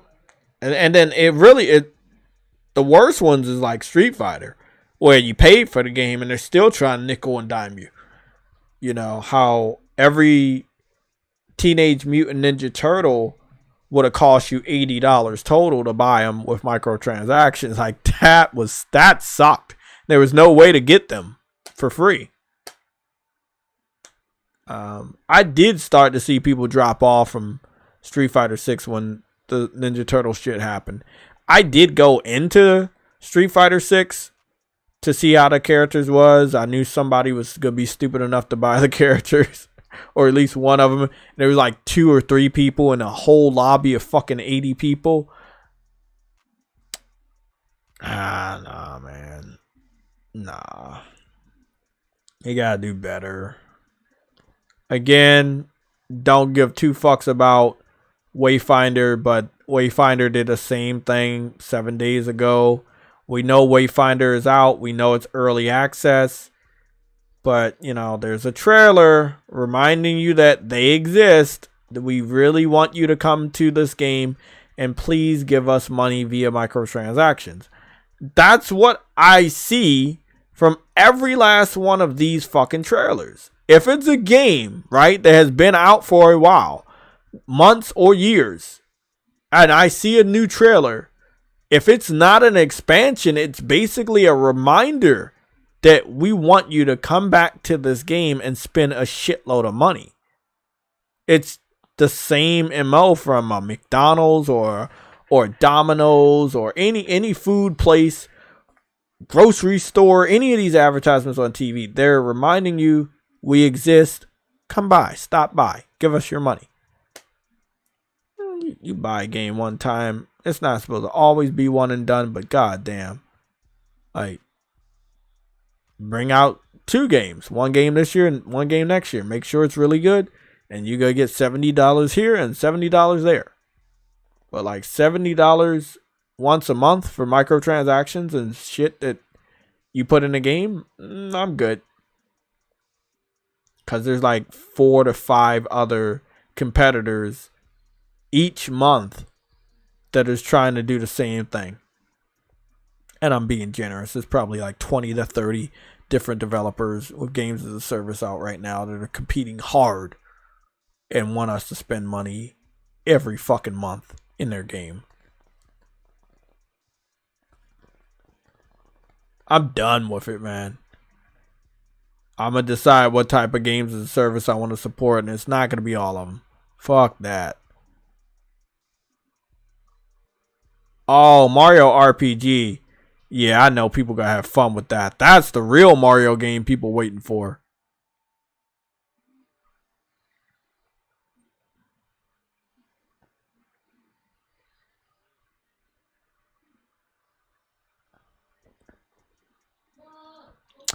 I'm actually playing Dragon's Crown for like the 10th fucking year.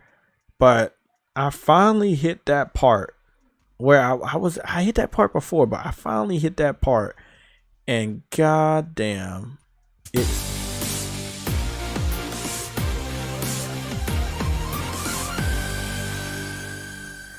James Gipe has subscribed to the channel. Thank you. I heard that notification. Okay, looks like the notifications are working, because that shit blasted the fuck out of my eardrums. I'll turn my ears down. Yeah. We still got some other stuff to talk about, but before we do that, let me show you. So I can start up Dragon's Crown real quick. So Dragon's Crown Pro is the remaster of the original Dragon's Crown that released for the PS3 and PlayStation Vita. They re-released the game for the PlayStation 4. Then it got some support for the PlayStation 4 Pro, and got even more support for the PlayStation 5. So the game can be played at 4K. That trailer is... The game can be played at 4K 60 frames. It does load in super fast. So I was trying to figure out how to spend my skill points. I ended up like, no, it wasn't a major shop. I think it's over here. It was the Adventures Gallery. And this is how I was spending my skill points. I'm level 17. I know that's low for me, right? Like, I've been in and out of this game. This game's been on my backlog. Sometimes it moves to the front. Right now, it is actually in front of a lot of games, even Cyberpunk. Because I really want to get it, you know? And I know how much I love the game, but I've never, like, it's not a hard game to get into. It's just I'm doing a lot right now with work and stuff. But I'm focused on, like, this being that game I need to complete, and then I can get back on with some of these other games. But this game's been in my backlog for too fucking long for me not to complete. And this is definitely, like, my main priority right now. So I've been learning a lot of these moves. They're kind of like tarot cards, but these are your skills. And you don't only learn them once. You can learn them, like, you can level them up to different levels. So, like, this one right here, the next splitter, a double jump. What is it? Double jump for a diving attack that's effective against downed enemies. So, I've leveled this up 3 fucking times. And the air category skill must be level 3. The air category skill. Okay.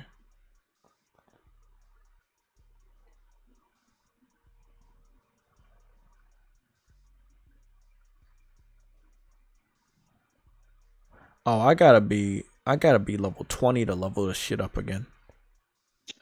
My current level is 7. Oh, okay. So my current air category skill is level 7 anyway. So I just need to level up the 10 to 20. Okay, so that's how this game is. It's like, hey, yeah, you leveled up. Yeah, you got skill points, but you want to continue to upgrade this specific skill. Well, you need to make sure all the qualifications are met. And I like that. Kind of weird, though, for, a more hack and slash approach action adventure game like this. What's going on, True Woody? But yeah, I like it. You see an enemy, you fight an enemy. It's a game with a lot of loot. Before they were making a lot of these looter type games, so you gotta be finding. What game are you playing? Dragon Quest. Dragon Crown. So on Dragon's Crown, you're always finding loot. You're gonna be using your marker. Remember, this was a Vita title, so on the Vita, you were using your touchscreen and you were looking around the background for little sparkly parts, and then they would have stuff. So I'm just gonna show you like one area. I'm gonna go to like a noob area and show you that one area and finish that shit real quick. So I'm level 17. If you do go back to different areas, let me just tell you about this. It's really cool. You can go back to areas as many times as you want. You're gonna find loot, new weapons, new gear, stuff like that.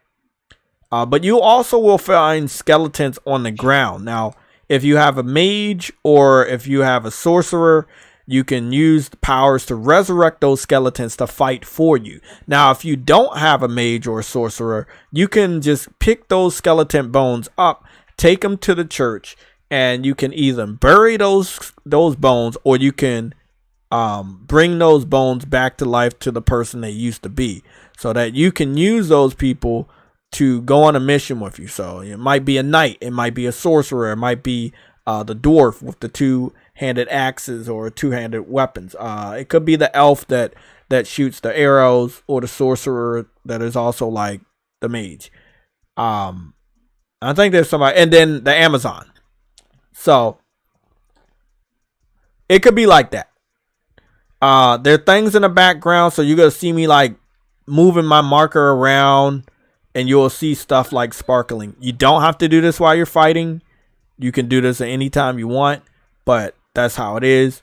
There are these little symbols on the background.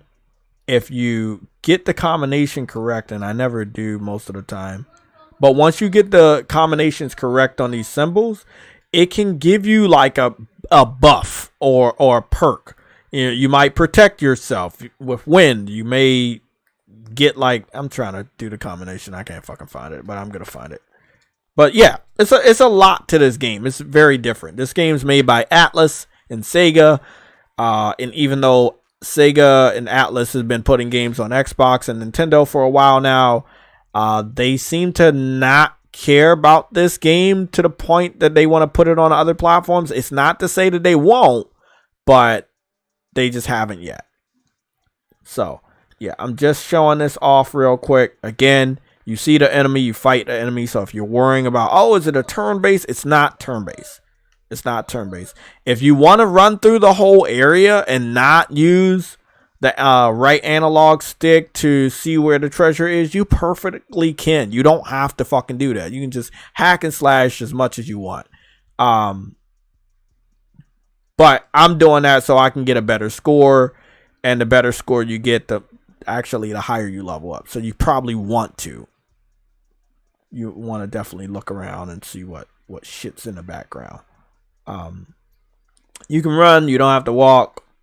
You can double jump. You can do air combos, stuff like that. It's a cool ass game, man. I don't know why I've struggled with it for like fucking 10 years. I don't think I'm struggling with the game. I think it's more like I keep having other games pop up when I want to give this game a chance. Yes, they have treasure chests. I forgot what time period this game is, but there's dragons. There are like lizard men, so it may be in a medieval times, something like that. I know we have a king and queen. I think it's in a medieval time set in the European region. Because I did go up against a vampire. Okay, I got another one of these. Oh, okay. Oh, okay. See where potency and durability increase attack. Okay, so I'm going to get this treasure chest open real quick, and then I'm going to go to the next area so I can make sure. There we go. Every treasure chest you open up is going to have a grade to let you know if the loot was good or bad. Let me see. If I go in this water, what's going to happen? Is this the water with the fish? I think this is the water with the fish. Because I know I went in the water one time and I had like, oh man, I lost my buff already. Oh shit, it is the water with the fish. It is the water with the fish. God, I hate these fuckers. Oh, chopped them up. By the way, this game is like M for mature. So you're going to see like, yeah, you chopping the fish up. You can see chopping the fish in half. You can see that. You're gonna see a lot of death. You're gonna see, you know, like very, very mature depictions of women and shit like that. So if that's not your thing, then maybe you probably shouldn't play this game. But I'm just gonna let you know it's probably not for the kids outside of the hacking and slashing. But they look too close. They're gonna see how mature it is. Let me go see what the... Oh, it worked. Okay, what code? What did this do? Whoa! Oh, shit! Okay, I put that code in and then a whole bunch of treasure just popped out anywhere. I do like how one of the sacks of treasure fell in the water and it was floating. I didn't notice that before. So, again, I'm using the Amazon. Not only for the body, but because of her attack style. I did want to run through this game with more power. I have a knight. He is a high level knight. You can have multiple characters that you use, so you don't have to worry about that. There are different color schemes for the characters, so if you want to create a character the way you want, you can have them with different colors. Obviously, the Amazon has red and black armor on. You can have different weapons. Once you pick those different weapons, they will show. Just like the knight, he'll have a different sword and a shield. You will see that differently. The staffs that the mage and the sorcerer uses, you will see that, as well as the dwarf when he uses the axes or the hammers. The elf only has a bow and arrow, but it doesn't matter what version of it is. You will see the difference. I got some sort of scythe going on, but normally she uses an axe or something. But there's so many different stuff in this game. So again, Atlus, the people that brought you Persona, They made this, and it was really fucking awesome. I was really, really excited for them making this. Okay, let me see. It was a new attack I learned. I'm trying to figure out if I got it. Yeah, I don't think I do. I got it. Let me see. They said attack 1, 2, 3. 1, 2, 3, 4. Okay, there it is. 1, 2, 3. Yeah, there it is. The spin attack. Okay, so I do have it. So just like in a fighting game, there's gonna be different types of controls you're gonna need to learn and stuff. I don't know what's. Let me go put this code in. It did cost me a lot of money to get all the runes to start doing these codes. Nope, that's not it. I'm gonna get it. One of these things gotta work. It's really difficult doing this with an analog stick, but it's much easier to do it with the touchpad, which I just found out you can do. So remember, this game did there it is. CSW. Okay. Yeah, this game did come out first on the Vita, so it still has those touch controls. If you have a PlayStation 4 or 5, you can use the touchpad to move the mouse, so you don't really need to use the analog stick. I think it's much more difficult to use the analog stick. I thought people were going to jump me over here. Oh, yeah, they are. Fucking scorpions.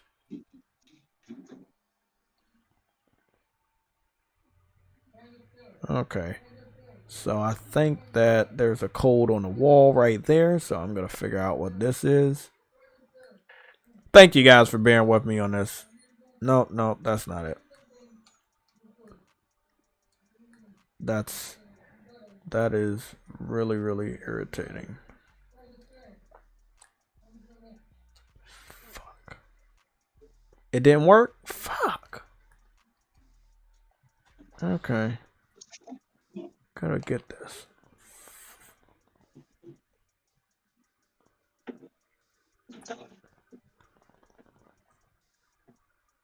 There it is.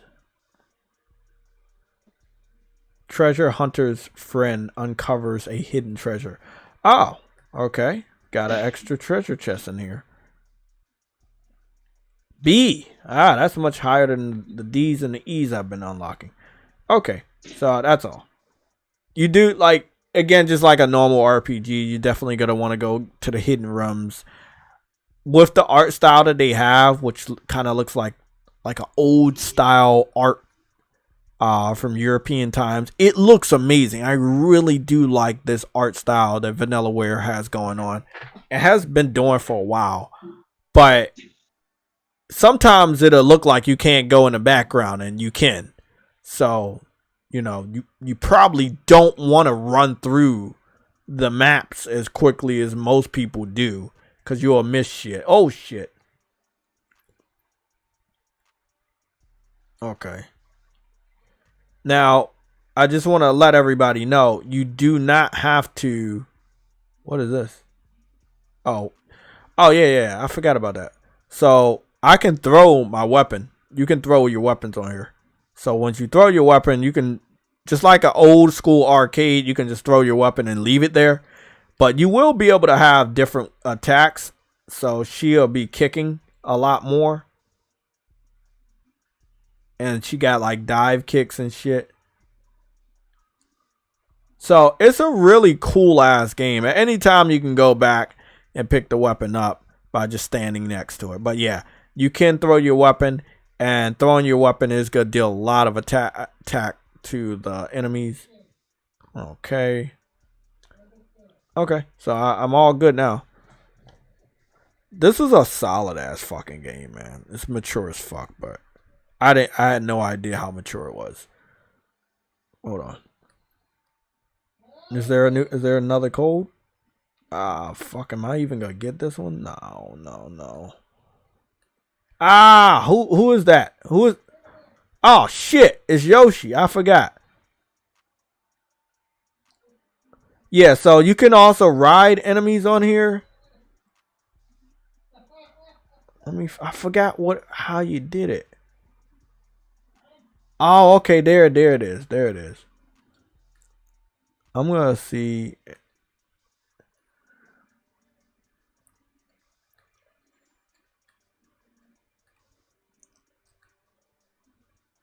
Yes, I got it. Double score bonus grants temporary bonus score. Okay, great.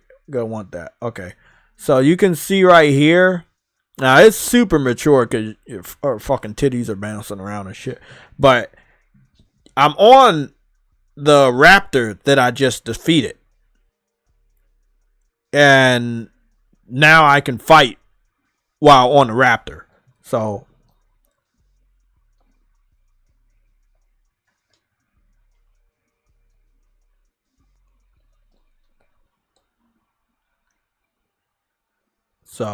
that's cool.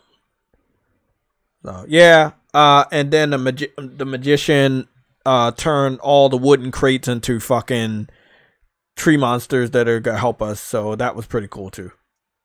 So the magicians and the sorcerers, my goodness, are they really help.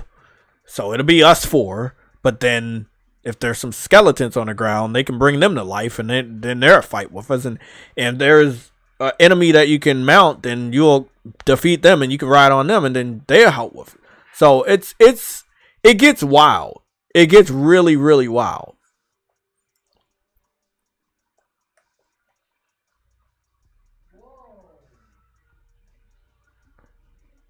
There is a lot of food in this game, which I really like. Okay, he wanted to get on it. Okay. If you stand still, they eat the food if they need health. But from what I'm seeing right now, they don't need health.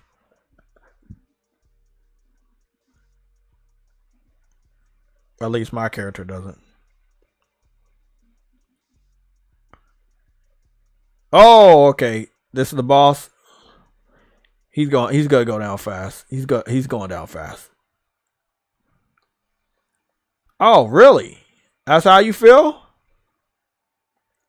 Bro, what the fuck? I'm about to say, bro. What the fuck?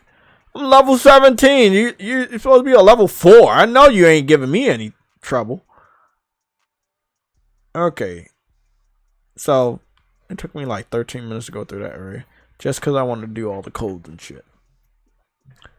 So, this is how it is. At the end of the level, you get a ranking. They're going to let you know how many minutes you spent, your time bonus points, completion points, and then your total round score, money obtained this round, as well as money used this round. So I guess you could use money. I forgot how to do that. The treasure in this area sucked this time around, or sucks all the time. But out of all of the fucking shit that sucked here, I was able to get almost half of the level I need to level up. So that's actually not too bad. Let's see, is there anything worth? Oh, that's actually high. That's pretty fucking high. Where was the B? What's the B? What did I get for B? 13 to 31, 13 to 39 attack. I don't think anything's gonna beat this 37 to 47 attack. This axe right here. There's no way any of this. No. 13 to 45? Nah. What about this? 25 to 39? No. 1 to 39? Nah, man. Nah. Fuck that. I already know what I'm gonna do. I'm gonna sell a lot of this shit. I'm gonna sell a lot of that shit. Let me take all of that.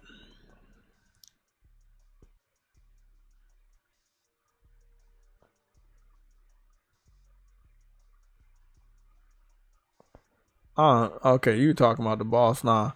So, also another thing, after a mission, the people that you recruited from the tavern are not gonna be with you anymore. So the best thing, oh, they gave me another mage. I picked up another mage. Let me resurrect it. So this is how it works. So you're done with the mission. You know, they're gonna take you back to the town. You still can go to all the other areas of the town, like I showed you. If you picked up some skeleton bones, you know, you can bury them or resurrect them. So this is a level 18. I believe this is a sorcerer, right? His name is Isaac. All of them are gonna have different names. It's a pretty cool thing that they did here.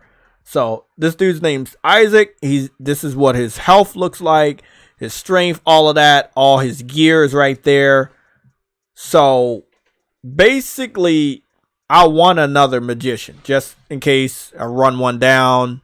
I need to retire him for a little bit so he can build up his stuff again. So I'm gonna get this one just to have him as a reserve. And then when you bring him back to life, you will see this little cutscene. You can skip it if you want. You don't always have to watch this shit. And then you'll bring him back to life. And then you have a message, and then you're done. Now you can press a trophy, but then I forgot the last couple times I played, so I might want to do that. Life protection, increase life point by 1. Some of these perks don't really do much, so I don't waste the money. If you got a lot of loot that you don't need and you see you're getting low on money, it's best to sell that shit, especially if you're not using it. Again, you can look at your allies over here and recruit anybody to fill the slot. You can play this game with 4-player online co-op. I don't know how many people are playing this game, so I have not played online co-op. And they do not have a, what is it? I don't think they have matchmaking or something. If they do, I've not dealt with it. But again, this is a 10-year-old game. This is how they made it then. Who would I want? Simon is still recuperating. And he's almost done. So I'm going to put him with me. And Zach is recuperating. Okay. So I'm going to get Ricky. And I do want 2 sorcerers. Even though it's probably not the best I have 2 sorcerers. But I'm going to do 2 sorcerers. I'm going to do a mage and a sorcerer. So I'm going to have her and those guys. Okay. So it looks good. When you come back to the game, you can save. They do auto save after a mission, so that you don't have to worry about that. They will keep track of your time. They will keep track of your date and your gold that you have. This is just how it looks. It's a very stylish game. I really do like the art style. I like the fact that your little fairy that's always traveling with you, that helps you locate treasure in the background, she's in the bar and she's in a goblet of what seems to be alcohol, and she's drunk, and I believe she's also naked, but I don't know. And it's just interesting that, hey, they got her, she's drunk, and she got the cherry, and it's just weird. But it's a, like I said, very mature game, very, very, very mature game. You know, like this chick, village lady, she has a pot above her head, and you can see every time she walks, her chest moves. You know. So, again, very mature. I understand the game's mature, but I do like what they did with it, because you don't see a game like this all the time. I do like, the RPG, an action RPG. If it gives me the feel of like an old school arcade beat 'em up game, like the Ninja Turtles beat 'em up game, but with some RPG elements. So I really like that.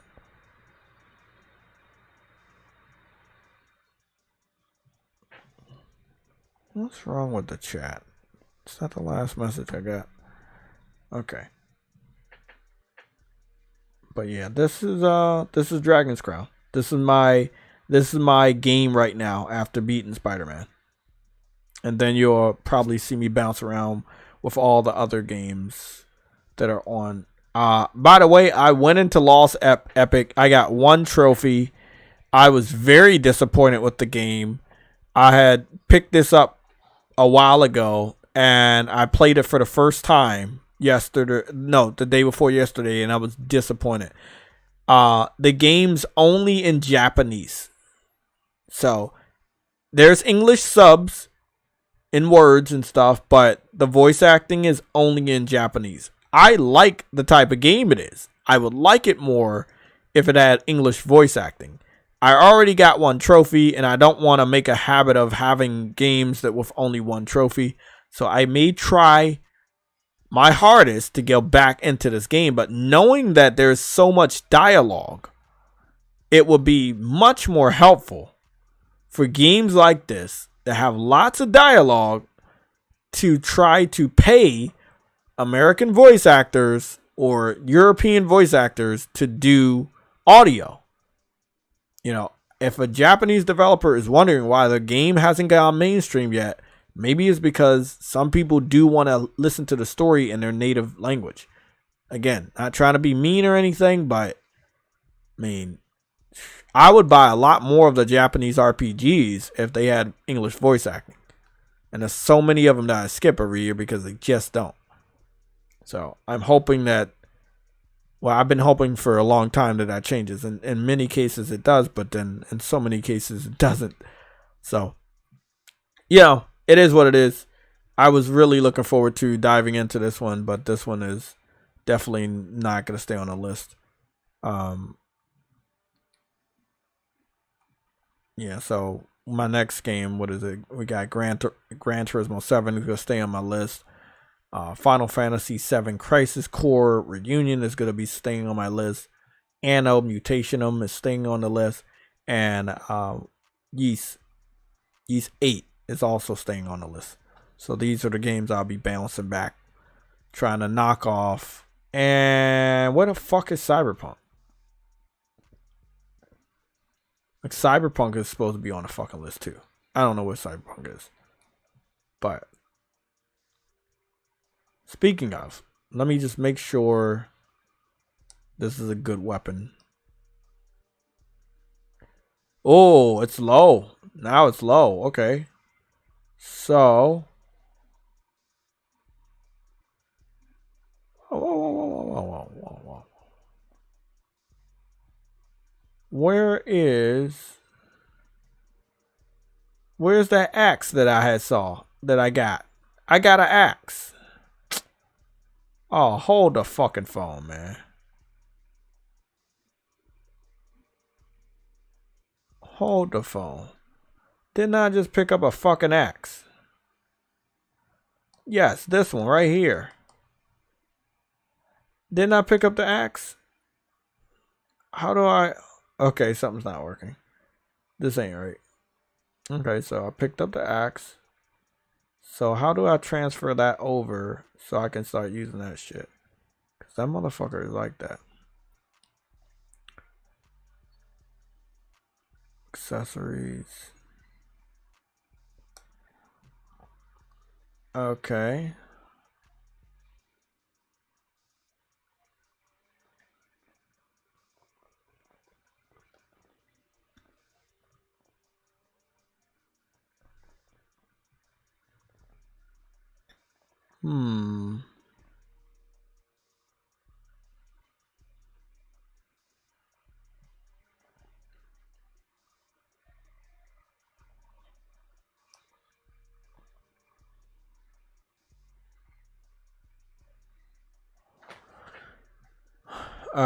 That's weird. Let me go to the magic shop and sell this shit.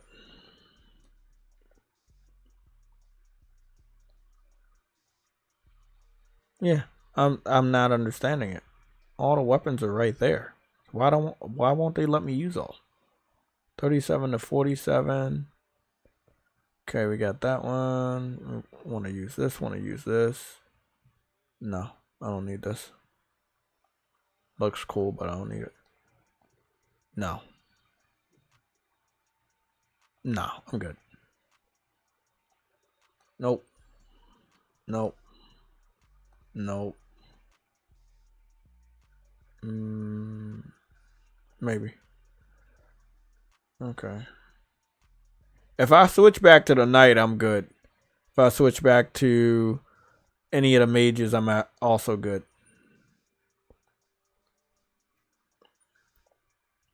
I'm selling every weapon that's like single digit to high digits. Cause that'll be the lowest attack versus the highest attack. And I want my shit to be a little good. Like 37 to 47 attack, that's good. If it was like 2 to 47, that'd be like the lowest I'm doing, maybe 2 damage. I don't want to do 2 damage. Okay. See, all of this shit, some of this stuff has to go. Like this can go. There's a lot of loot. It's like old school type of RPG sometimes. Decrease poison duration. No, I think I'll delete this one. Damn, I got a lot of medallions and a lot of fucking earrings. I got a lot of shit. I must have picked up a lot of shit, man. I gotta get rid of some of that stuff. Okay. Is there anything I really need to repair? Just for the fuck of it. I got a lot of money off of selling all that shit just now, so.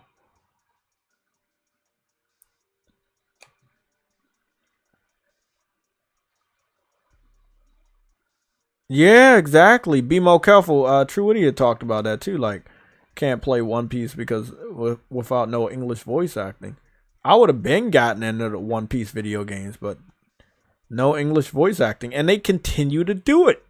That's what I don't understand. They continue to make One Piece games without English voice acting. I'm, a little impressed when it comes to Sega. They've been doing more English voice acting.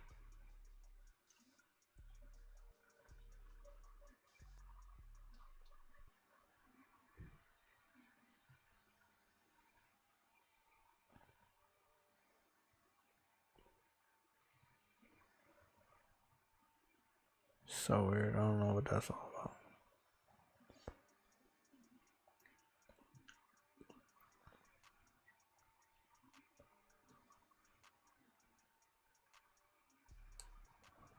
Okay, I'm trying to figure out why I can't use this fucking weapon. Is the weapon too high? Oh, okay, now I fucking understand. The weapon is a level fucking 19. I'm like, why am I not seeing this weapon that I want to use? It's a level 19 fucking weapon. Oh, I get it now. Okay. Some of this shit is level restricted. See, this is what you got. Man, I forgot that was another dynamic. This is like old school. Really, really old school RPG mechanics. Like level restriction. Fucking forgot all about that shit. The Smothering Bronze Bracelet. Fire resistance plus 14%. Physical resistance plus 6%. I can get the level 19. Oh, no problem. I can grind on this game. I mean, I would love to. Like, literally, I would love to. I don't know how long I can get a nice grind session. Goodness. Okay. Okay, so once I get to level 19, I'll be able to have a better weapon in my storage. Okay, not bad, not bad. That's pretty dope. This game is wild though. This is a wild ass game. Good thing all dialogue can be in English. If you want the game to be in Japanese language, you can. The best thing about this is you have a narrator, and your narrator can be any of the classes that you have. So the sorceress, the wizard, the dwarf, the elf, the Amazon, the fighter, all of them could be like, they can be your narrator. It says default, but I don't know what that one sounds like. So, but it's again very interesting that not only does it have English voice acting, it has Japanese voice acting, and then as far as your narrator, anybody can be narrating the story. So that was pretty dope. It's definitely a great game. I think right now on a PlayStation Store it's $20. Most of the time you can catch this on a sale anywhere between $10 or lower. Plus this game just turned 10 years old this September, so it's definitely worth the buy. You'll probably see it on sale for Black Friday. It's definitely a great game. Oh yeah, and the females are thick. They gave no fucks about what people thought back then. You know, when Atlas made this game, they said they did not care. They was like, nah, we make the females thick. We do not care. Like, we don't care. I want to show y'all a picture. We could be up out of here about 8 o'clock. I wanted to show y'all a picture that I was able to grab. I was able to grab this image. So now this image, like, so basically when you do certain side quests, once you complete the side quest, you will get the experience, you will get the gear, but they will also reward you with a wallpaper. And this is, again, going back to the days of the PlayStation Vita, they will reward you with the wallpaper. You could take a screenshot and then you could use it as your wallpaper for your for your PlayStation Vita. But they kept that in this game, obviously. So you'll get some pretty good looking wallpapers. Not all of them are going to look like that, but that's just how it is. The Amazon, I noticed that if you stand still for a very long time, she'll make this type of pose. And all of her stuff is moving and shit. I was like, they did not care. They did not fucking care. They was like, yeah, this is how we want them to look. This is how they will look. They didn't care at all. Like I said, you can pick up a lot of things in the game. If somebody drops a crossbow, like an enemy, they drop a crossbow, you can pick that up. There was a shield, 2 shields on the wall. I was able to pick up the big ass shield on the wall, and I can fight with that shield. I can deflect enemies. There's a side quest, by the way, for doing that. Deflect enemies' fire with that big shield that I got off the wall.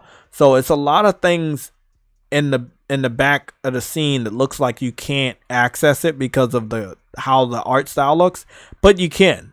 You know, if you ever need help finding a treasure chest for whatever reason you can't see it, the fairy will always sit on the treasure chest.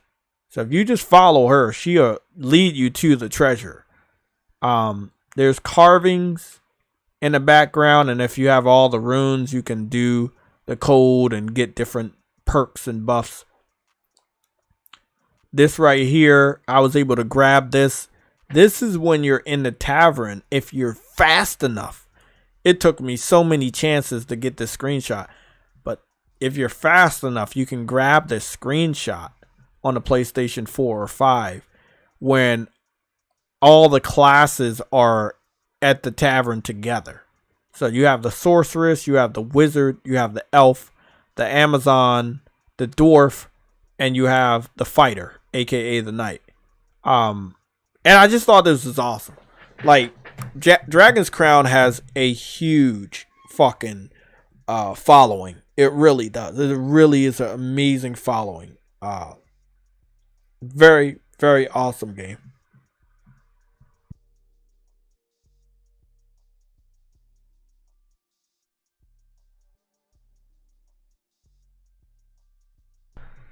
Can't tell. Yeah, they're gonna have to do more games like this. Now, I know that Vanillaware, that's the name of the developer, I believe. They've done some games like this.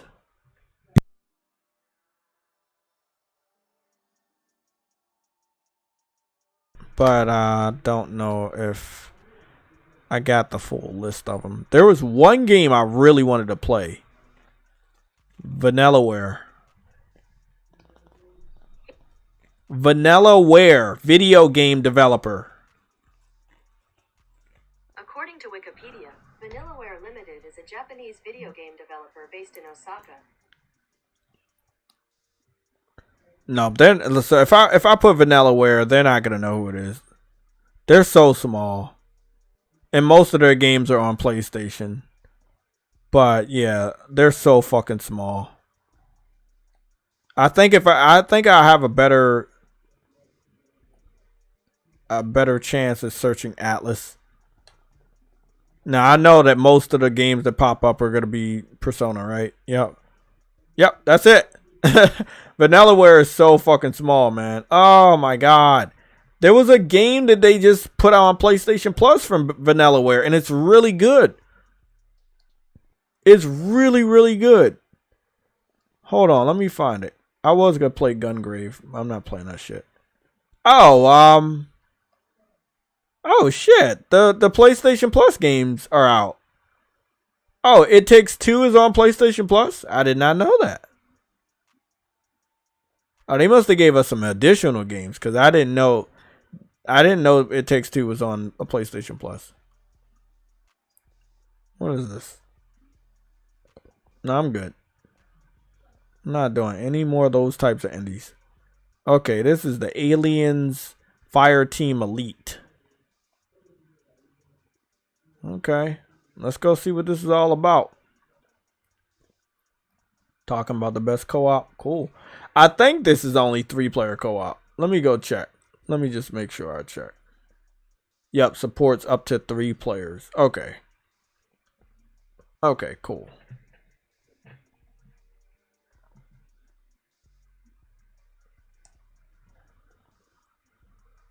Only 18 gigabytes. That's not bad.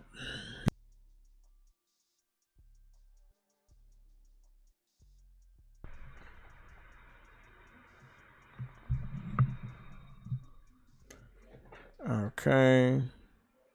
Hey, I already... What?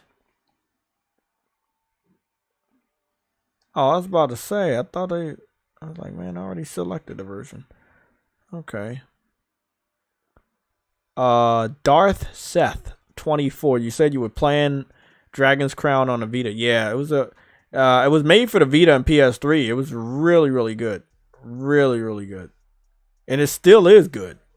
Again, the 4K Lock 60 on the PlayStation 5. Really, really nice. I don't play Uno, so I don't really care about Uno. I'm going to try to find that Vanillaware game, though. Because they gave it to us. And it was like literally right there. Dragon's Crown is on PlayStation Plus Premium. Because it is like 10 years old. There it is. There it is. Here are the other Vanillaware games. Odin Sphere. I think that's where it started all. This is where it started all. Odin Sphere. And then they made Dragon's Crown. I think they made some other games. But this is another one they made. This one right here. 13 Sentinels. This game, I believe, went to PC and Nintendo Switch. Now, this is going to be more of a modern storyline.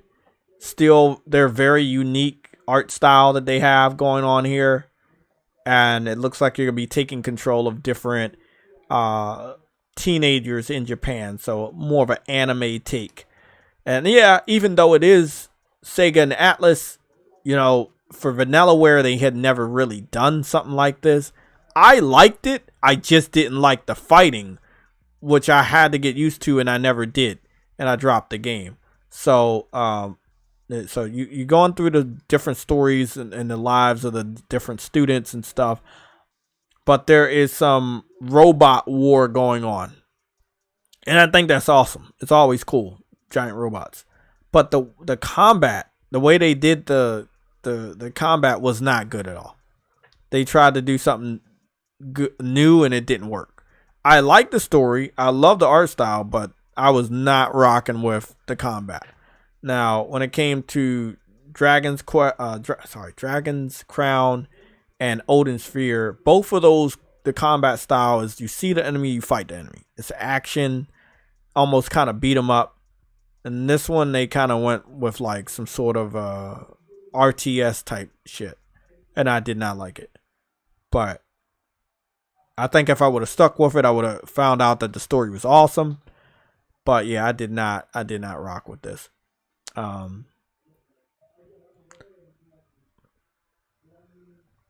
It's called 13 Sentinels, by the way. I'm going to go back into Dragon's Crown. Okay, so if you stand still long enough, everybody that has a helmet looks like they will remove it. Or if they have anything going on their head. So the fighter will remove his helmet. The sorceress will remove her hat. And then the Amazon will have a different type of pose going on. And she'll flick her hair and shit like that. I fucks with the game, man. Artistically, fucking awesome what they did, man. Like I really do like what they were able to do with this art style. Like they have a very unique art style, and I follow them for real. Like I really do buy and support all their games. 13 Sentinels, I did not pick that up, but you know, this and Odin Sphere, yeah, I fuck with those. So it is my mission to beat this game by the end of this fucking year. Hopefully by the end of the month. So you will see me on this a lot. I owe it to them to beat this game. I cannot keep hyping them up and not beat this game. This game has been out for 10 years. Been backlogging it and not backlogging it for 10 fucking years. So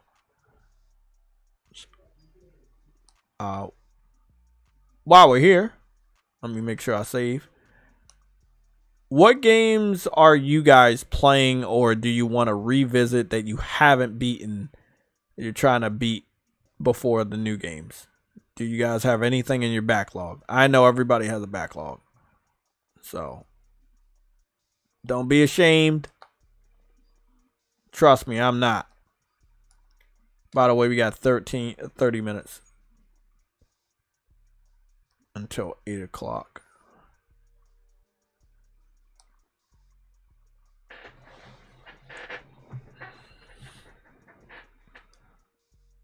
You can continue playing this game using your save data. Do I want to do that? Because I don't even remember when 2020. Yeah, I don't fucking remember that shit. Nah, I'm good. I start a new save. Yeah, Atlas did this too. Vanillaware and Atlas and Sega. Yeah.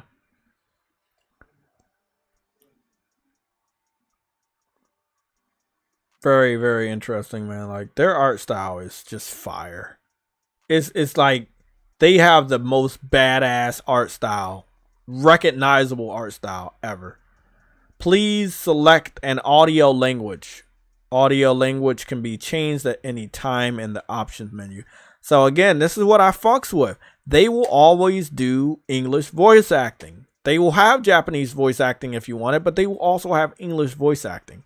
That's one of the reasons why I didn't pick this game up. Then I played it from Sam's account years ago and found out that I didn't like the combat and stuff.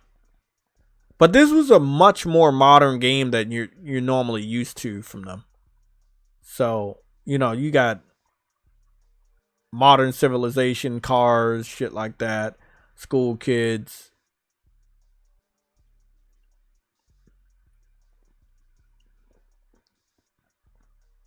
And it looked really good compared to Dragon's Crown. They really, really enhanced.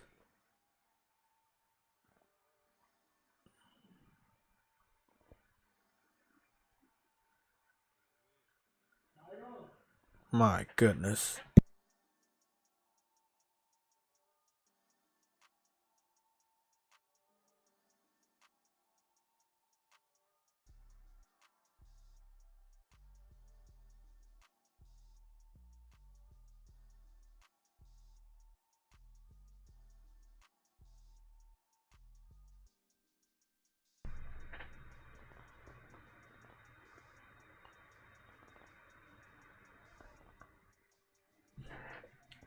Let me see if I can hear this stuff.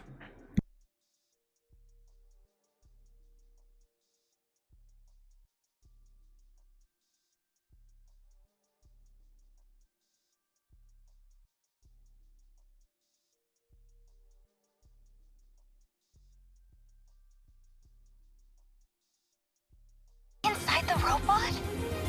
What the? Where did my clothes go? So you can see why I had a big problem with this game. This was my only problem, which is again the main gameplay. It's like hearing myself talking in my head. You got to get through this in order to Initiating tactical analysis. get to the story, and I was not a big fan of this. It's coming this way. Oh, how do I move this thing? I was not a fan of this. Yusaka-kun, can you hear me? Gojo-senpai, what are you? I mean, I'm a fan of like anime and stuff like this with big giant robots, but Are you like the developer changing their like gameplay style We can discuss that later. pertaining to the combat, like Do you understand the situation we're in? That area is under attack by D forces. I came here I mean, to they fight, did try something new, and but I don't know how much to it paid control off any for of them, this. but they do have a new game coming out, and their new game No time for does a full seem to rundown. be We'll have to settle for the fundamentals. Sentinels are made more to be controlled with your mind. similar Think of to it as this, but in a another better body way. connected to your brain. Try to direct it. I gotta go find out what the name of it is. Like this. What is the new game But from now my head Vanillaware? feels weird. It's like scratchy or something. IGN. That's the link system of the nanomachines inside your brain. Turn-based tactics. Yeah, it's a You'll also have a direct turn-based feed of information from the Sentinel's sensors. turn-based tactic game. It should sound like your own voice is speaking directly to you. Featuring 60 recruitable For now, characters. you'll just have Look, to get used man. to it as you fight. Can you move? I'll do Dragon's Crown and Odin's Sphere, and maybe dive back into the 13 I Sentinels. keep getting these pop-ups in the way But when I try to look around. I don't know That's your equipment if I could interface. do a Use that to neutralize the a turn-based D-forces in front of strategy you. tactic game. I don't know if I'm doing this I don't know if I right, got the patience but for something like that. How's this? Tutorial attack. To control your pilot, move the cursor over the pilot and select X. There's a thing here? Within enemy threat range. So I didn't really know how to do this because I remember this shit happened last time. And I didn't remember how to fucking do this shit. How's that? I beat the kaiju. There's more kaiju up ahead. Slow down. Different combat situations might call for different weapons. If they're all concentrated in one area, you could use a wide impact armament, like the rocket launchers. What? What? And see, this is one of the things I didn't like. Okay. So, okay, I'm in a giant robot, right? And if I push Rocket launcher the button to go where I want to go, I can see what the robot looks like, but on the map, Focus I on just see that. this little circle, My shoulders. and you're not really seeing the robot. If they, at least if they would have had the image of the robots, I would have been like, oh, okay, that's pretty cool. And I'm moving that shit, and it's like turn-based. But Stay calm. you don't really see the robot moving. You just see the image of the robot. So that's one of my problems that I did not like. I'll get him. Yes.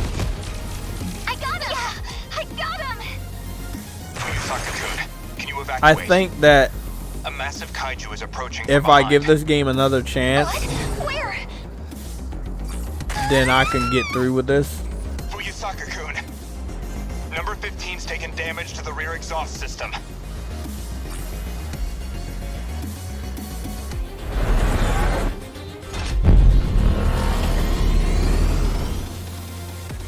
Sentinel number 13 activated.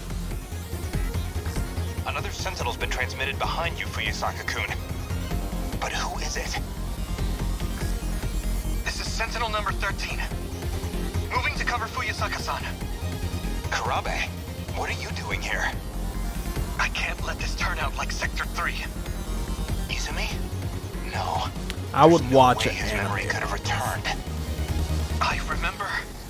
Yeah, I would watch an my anime dreams. about this. I think I can do this. Wait until we call for backup, Izumi. But like right now, obviously, nah. I'm gonna cover a little bit of gaming news, and we're gonna make our way up out of here. But I do want everybody to be well aware going forward when Call of Duty launches this Friday. Do not be surprised. Oh, I did want to watch this Clueless Gamer preview. Clueless Gamer, Starfield. Conan plays Starfield. He played it late too, cause Starfield came out like 2 months ago.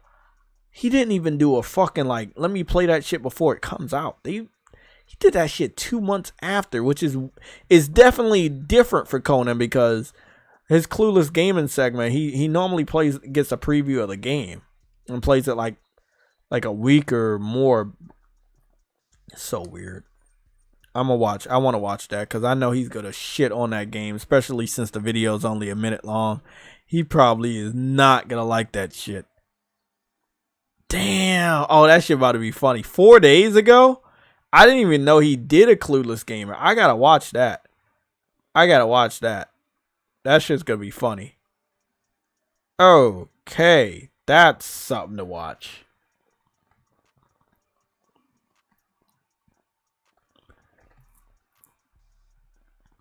Bad CGI Gator. Is that a movie or something? I don't even fucking know anymore. Mass Effect official in 7-day teaser trailer. They did a Mass Effect trailer. IGN gave Call of Duty a 4 out of 10. Oh, that's not her. Let me see. Division Resurgence official New York City trailer. What is this? I'm confused. Let me go see what this stuff is. Show some new trailers, huh?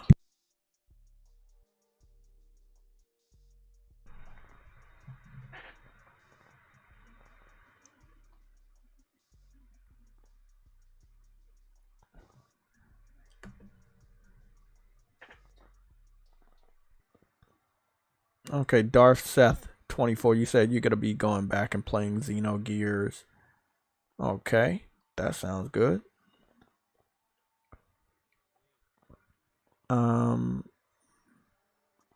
Zone DJ, you said they just need to remake or HD upgrade Xenogears. I don't know who does Xenogears.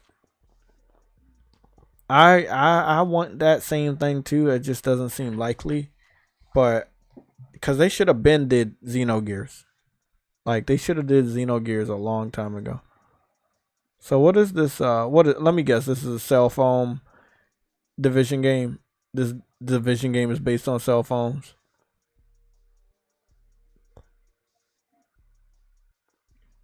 Why does this look like it's something for cell phones? It's probably for cell phones, isn't it?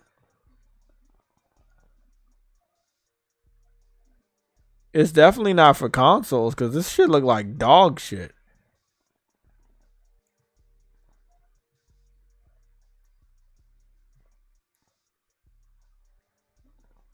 Ubisoft doing everything except for what we want. They trying to make money. Look, man. Look, when these developers like start really dead ass serious, when they start losing money on all the shit we keep telling them we do not fucking like, it's gonna be way too fucking late. They made a fucking Division cell phone game.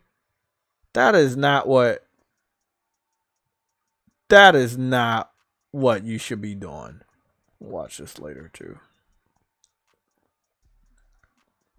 What the fuck? Fuck out of here. Fuck out of here.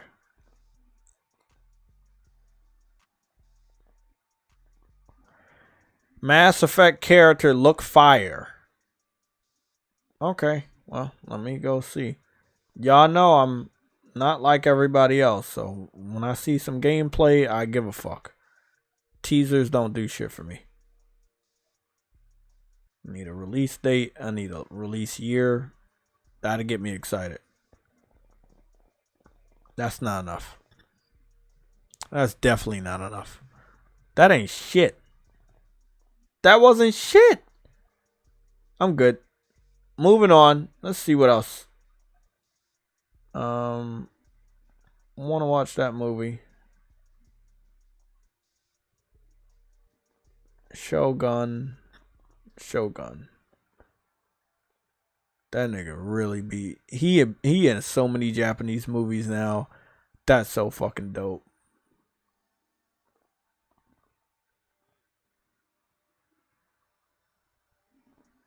That's so fucking awesome.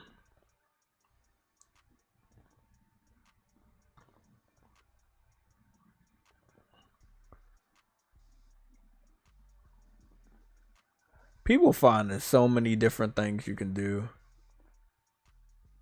on Spider-Man. I need to figure some of this stuff I didn't even know. Everyone knows post game unfortunately doesn't have much other to do, but I found this random event. What's a random event? Well, over here is nigga, he went over there real wait up. Oh my god. So you can just go. There's an interview being done and you can go over here and be a part of the interview. They've been finding so many small little like details you can do in Spider-Man. That's why I ain't delete that shit. That's why I spent so much time. And I still didn't find all these little activities. Somebody did a fitness routine with Spider-Man the other day. This dude's really good, man. I'm definitely gonna I definitely need to subscribe to this dude. Fuck. Let me go to his channel. I need to subscribe because he's been finding a lot of shit, bro. I don't know how you fucking found that shit, bro. But that shit's fucking awesome. Oh, this is the same dude too. Let me see. Ah, fuck, another advertisement. Shit.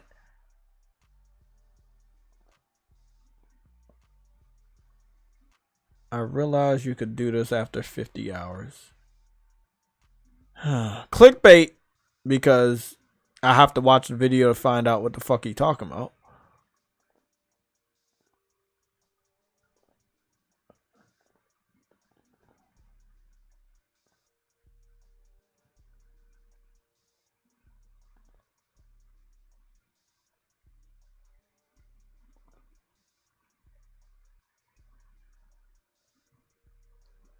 Okay, I don't get that one. That wasn't helpful at all. Is there anything? There is something. There is something. Oh, okay. Oh, that was in the red alerts. Okay, yeah.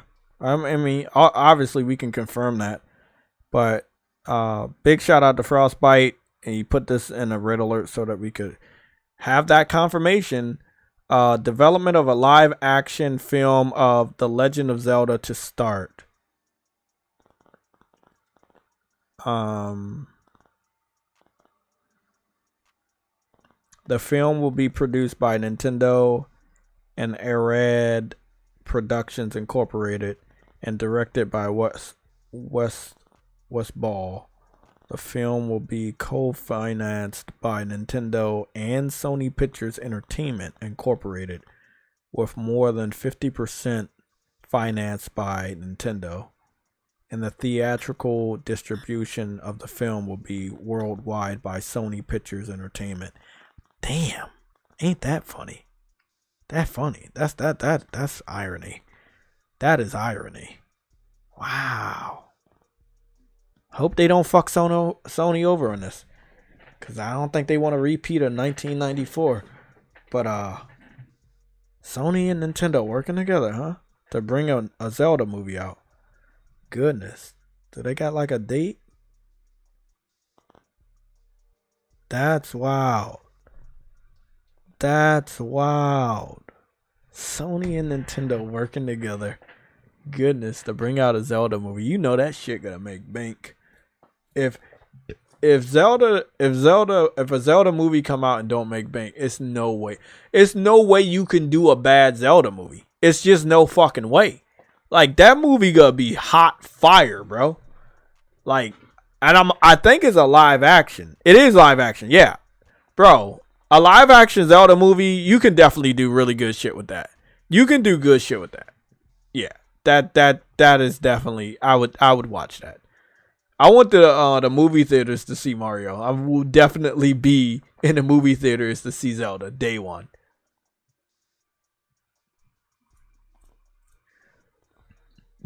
Yeah, definitely. That's day one. Every time I search Xbox, there's always some toxic ass shit.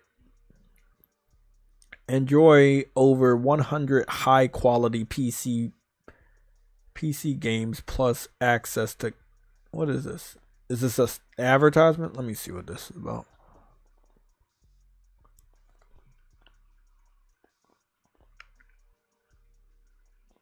That's all they can advertise on PC. It's not like, hey, we have games that you may want to buy. It's, hey, subscribe to Game Pass. They trying so fucking hard.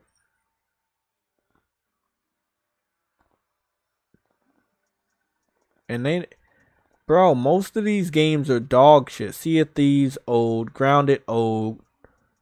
Forza all the way back there. That shit just came out, and you put Forza all the way back there, like they don't even want to talk about that shit. Y'all think I'm joking? Literally, look, Forza is behind 2 fucking indie games. Grounded, which was a dog shit. Sea of Thieves was just old as dirt. Payday 3, which was not good. You put Forza all the way behind all of them? You put Forza behind Starfield, which is 2 months old. You put Forza behind Texas Chainsaw Massacre, Liza P, Exo Primal. Like, what the fuck? They're ashamed of their own games in their own marketing. Like, I want to make this shit up, but you cannot make this shit up. Bro, that's wild. Hey, this is Xbox. This is what Xbox is all about now.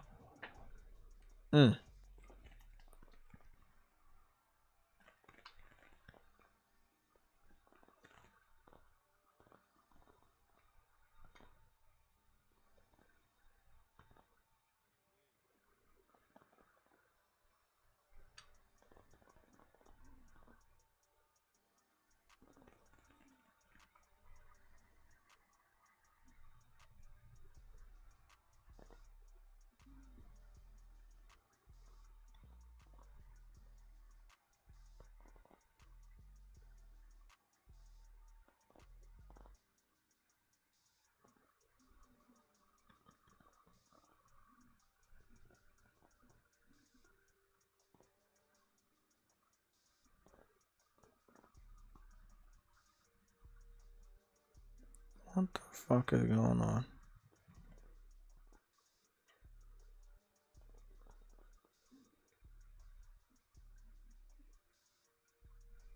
Don't have no idea.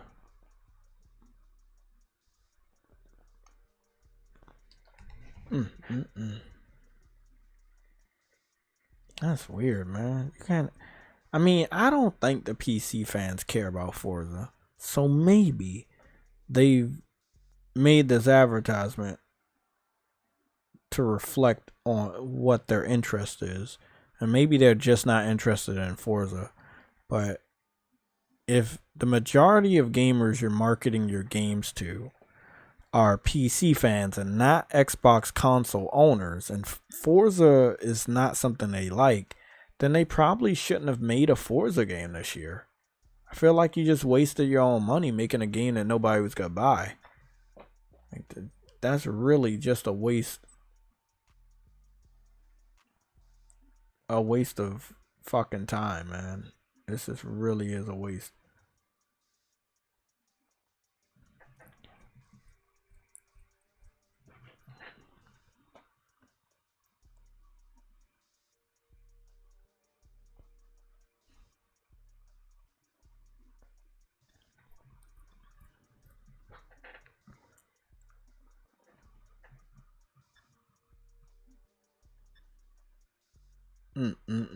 People are still playing Batman all these years later, man.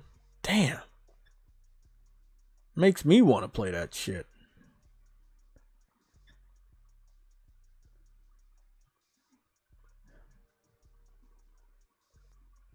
I don't know if I will, though.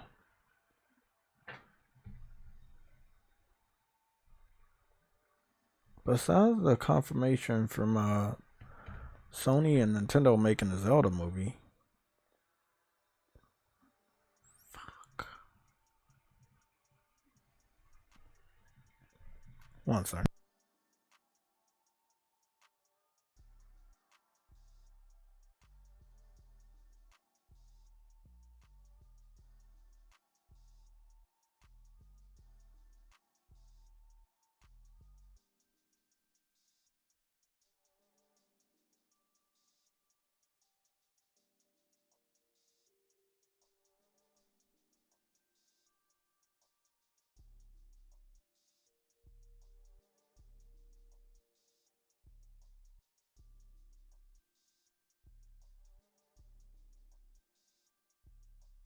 Fuck, everybody want to hit me up and shit. Well, it is fuck almost 8 o'clock. Damn. Okay. What was I talking about? Yeah. Sorry, everybody. Okay. Damn, I didn't cover any of this. Shit. Okay. Rapid fire real quick. 8 more minutes. We have the new Nintendo financials. So the Nintendo Switch is sitting at 132.46 million consoles sold. In comparison, the Nintendo 3DS only sold 75 million consoles, handhelds. The Wii U only sold 13 million. The Wii only sold 101 million, and the Nintendo DS sold 154 million handheld. So the Nintendo Switch sitting at 132 million consoles sold is right behind the PS2 and the Nintendo DS. So I mean, if Nintendo keeps going this strong even next year, it does look like it will be able to finally outsell the PS2 in a quicker time frame. So it's interesting. Listen, we also have to note that the Nintendo Switch is basically a handheld, even though when it suits people, they will call it a console. But yes, it is basically a handheld. But it has been at a steady $300 price point for the better part of 7 years. So yeah, that's pretty interesting. Let me read the rest of the sales. I'm gonna go to the highest stuff, right? Let me go to the highest stuff. So Mario Kart 8 Deluxe is sitting at 57 million copies sold. That is really impressive. Animal Crossing New Horizon is sitting at 43 million copies sold. Super Smash Bros. Ultimate is sitting at 32 million copies sold. The Legend of Zelda Breath of the Wild is sitting at 31 copies sold. Super Mario Odyssey is sitting at 26 copies sold. And Pokemon Sword and Shield, 26 million copies sold. Pokemon Scarlet and Violet, 23 million copies sold. Super Mario Party, 19 million copies sold. The Legend of Zelda Tears of the Kingdom is at 19.50 million copies sold. Almost at 20 million copies sold, and it just released at the beginning of this year. That is fucking impressive as fuck. But that kind of makes sense because you have 136 million Nintendo Switches sold worldwide, so that's pretty damn good. The new Super Mario Bros. U Deluxe is sitting at 16.70 million copies. So those are all the sales that we have for the Nintendo Switch games. But I did want to say, it's just as far as this year alone, Super Mario 8 sold 3.22 million copies just this year alone, even though it's old as shit. Pikmin 4 came out this year and sold 2.26 million copies. Even though those are very low numbers, it is very fucking high because it's not a game that everybody wanted. It's not a game that everybody gives a fuck about, but 2.62 million of a game that most people didn't really want or didn't think, like, that's... Nintendo is still hitting their stride right now. That is really, really impressive. Here's another little tidbit. I'm almost up out of here. And this is coming from Activision Blizzard. This was the bad news. They say players have no patience, says Blizzard president. They want new stuff every day, every hour. And it takes big teams and monetization to make it happen.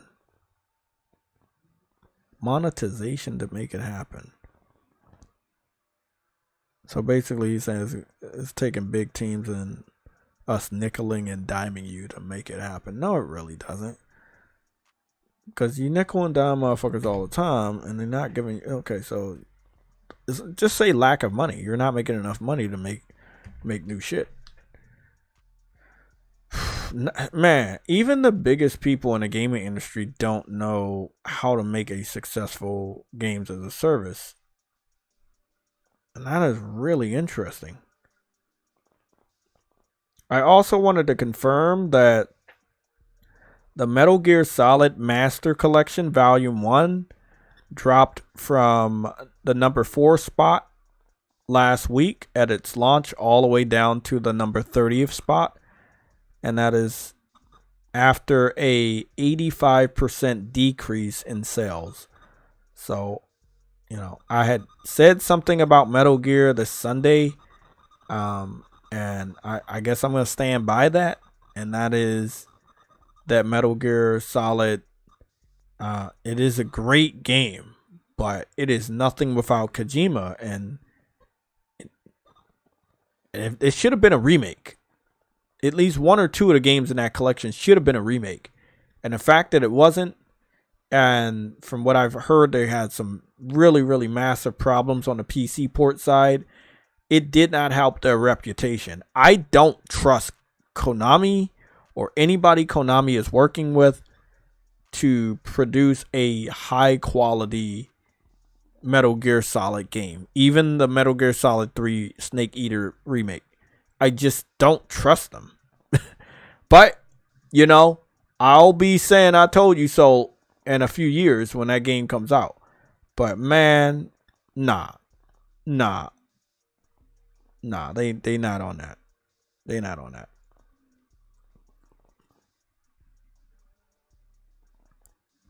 How Microsoft's AI is making a mess of the news. Oh, they got AI like reporting the news, and that's why the news looks stupid. Oh shit. Microsoft is not trying to pay anybody at this point. That's really what's going on. Let me make sure I got this. Oh, this was the biggest news of all. I didn't even fucking report on this. Hold on. This is the biggest news. No, not this. It's this. Yeah, this was the biggest news. And we're up out of here. I apologize for getting to this at the very end of the stream, but this is the major news that everybody needs to know. It looks like PlayStation is going to end Twitter support on November 13th. So I have all of this rest of this week and weekend to post gameplay and screenshots directly from my PlayStation 5 to Twitter.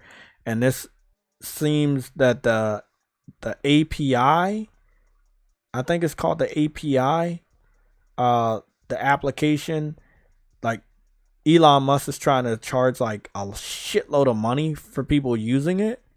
I think it's like $42,000, and it wasn't that much money before. So if any company, and the only company left to use it for video games is Sony, and I think they want Sony to pay $42,000, I think, a month to keep using the API so that we can have Twitter integration. And I'm guessing Sony was like, fuck you. And they were like, hey, well, you want to charge us? We're just going to not have it on our system anymore. So there's still a workaround to download the PlayStation app, and then you can download pictures and videos from the PlayStation app directly to your phone, and then go back to the Twitter app on your phone and re-upload pictures and video clips from your PlayStation 5 that you just downloaded from the PlayStation app. I've done it a few times. I do it more times than I care to say, but I do like the convenience of getting a trophy and seeing something awesome in like Spider-Man or something and just sharing it. I do it all the time. I do it during my live streams. I do it outside the live streams. It's going to be very different, but wow. Now, we haven't heard if PlayStation is going to have any integration with any other social medias. As we know, Sony had took off the integration with Facebook a few years ago, and now they're going to take off the integration with Twitter. Everybody wants money, and everybody's boosting their prices for everything because the economy is in the shitter right now, and inflation is crazy. But I don't know, man. I don't think this is the right way to go about it on Elon Musk's side. Now, enough people have complained to Elon Musk on Twitter about this over the last day, and he has acknowledged that there is a problem, especially if they're going to start streaming on Twitter, which I heard they're going to start. So if you're going to be streaming on Twitter, but you have no integration with Twitter, with one of the most popular gaming platforms in the world, it's a major problem for your marketing. So if he can solve this, he has until November 13th. So we will see what happens by then. I will see you guys on Thursday evening at 5:00 p.m. I want to thank everybody for tuning in to our late night news and update stream. It's been a pleasure to be with you guys. I'm going to go get something to eat and watch a new anime by the name of Shangri-La. It's an anime based in VR about a gamer that plays a lot of shitty games and finally plays a really good game and is overwhelmed with excitement on how good the good game is. I wish I was making this shit up. I am not making this up. It's a dope ass anime. Yeah, I'm out. I will probably be on Dragon's Crown. I don't know when, because I'm working back to back every day this week. So I'll be on there and some other games. Nelson, if you're hearing me, we gotta find some time for Helldivers. It's just been a busy week. Okay, everybody, have a good night.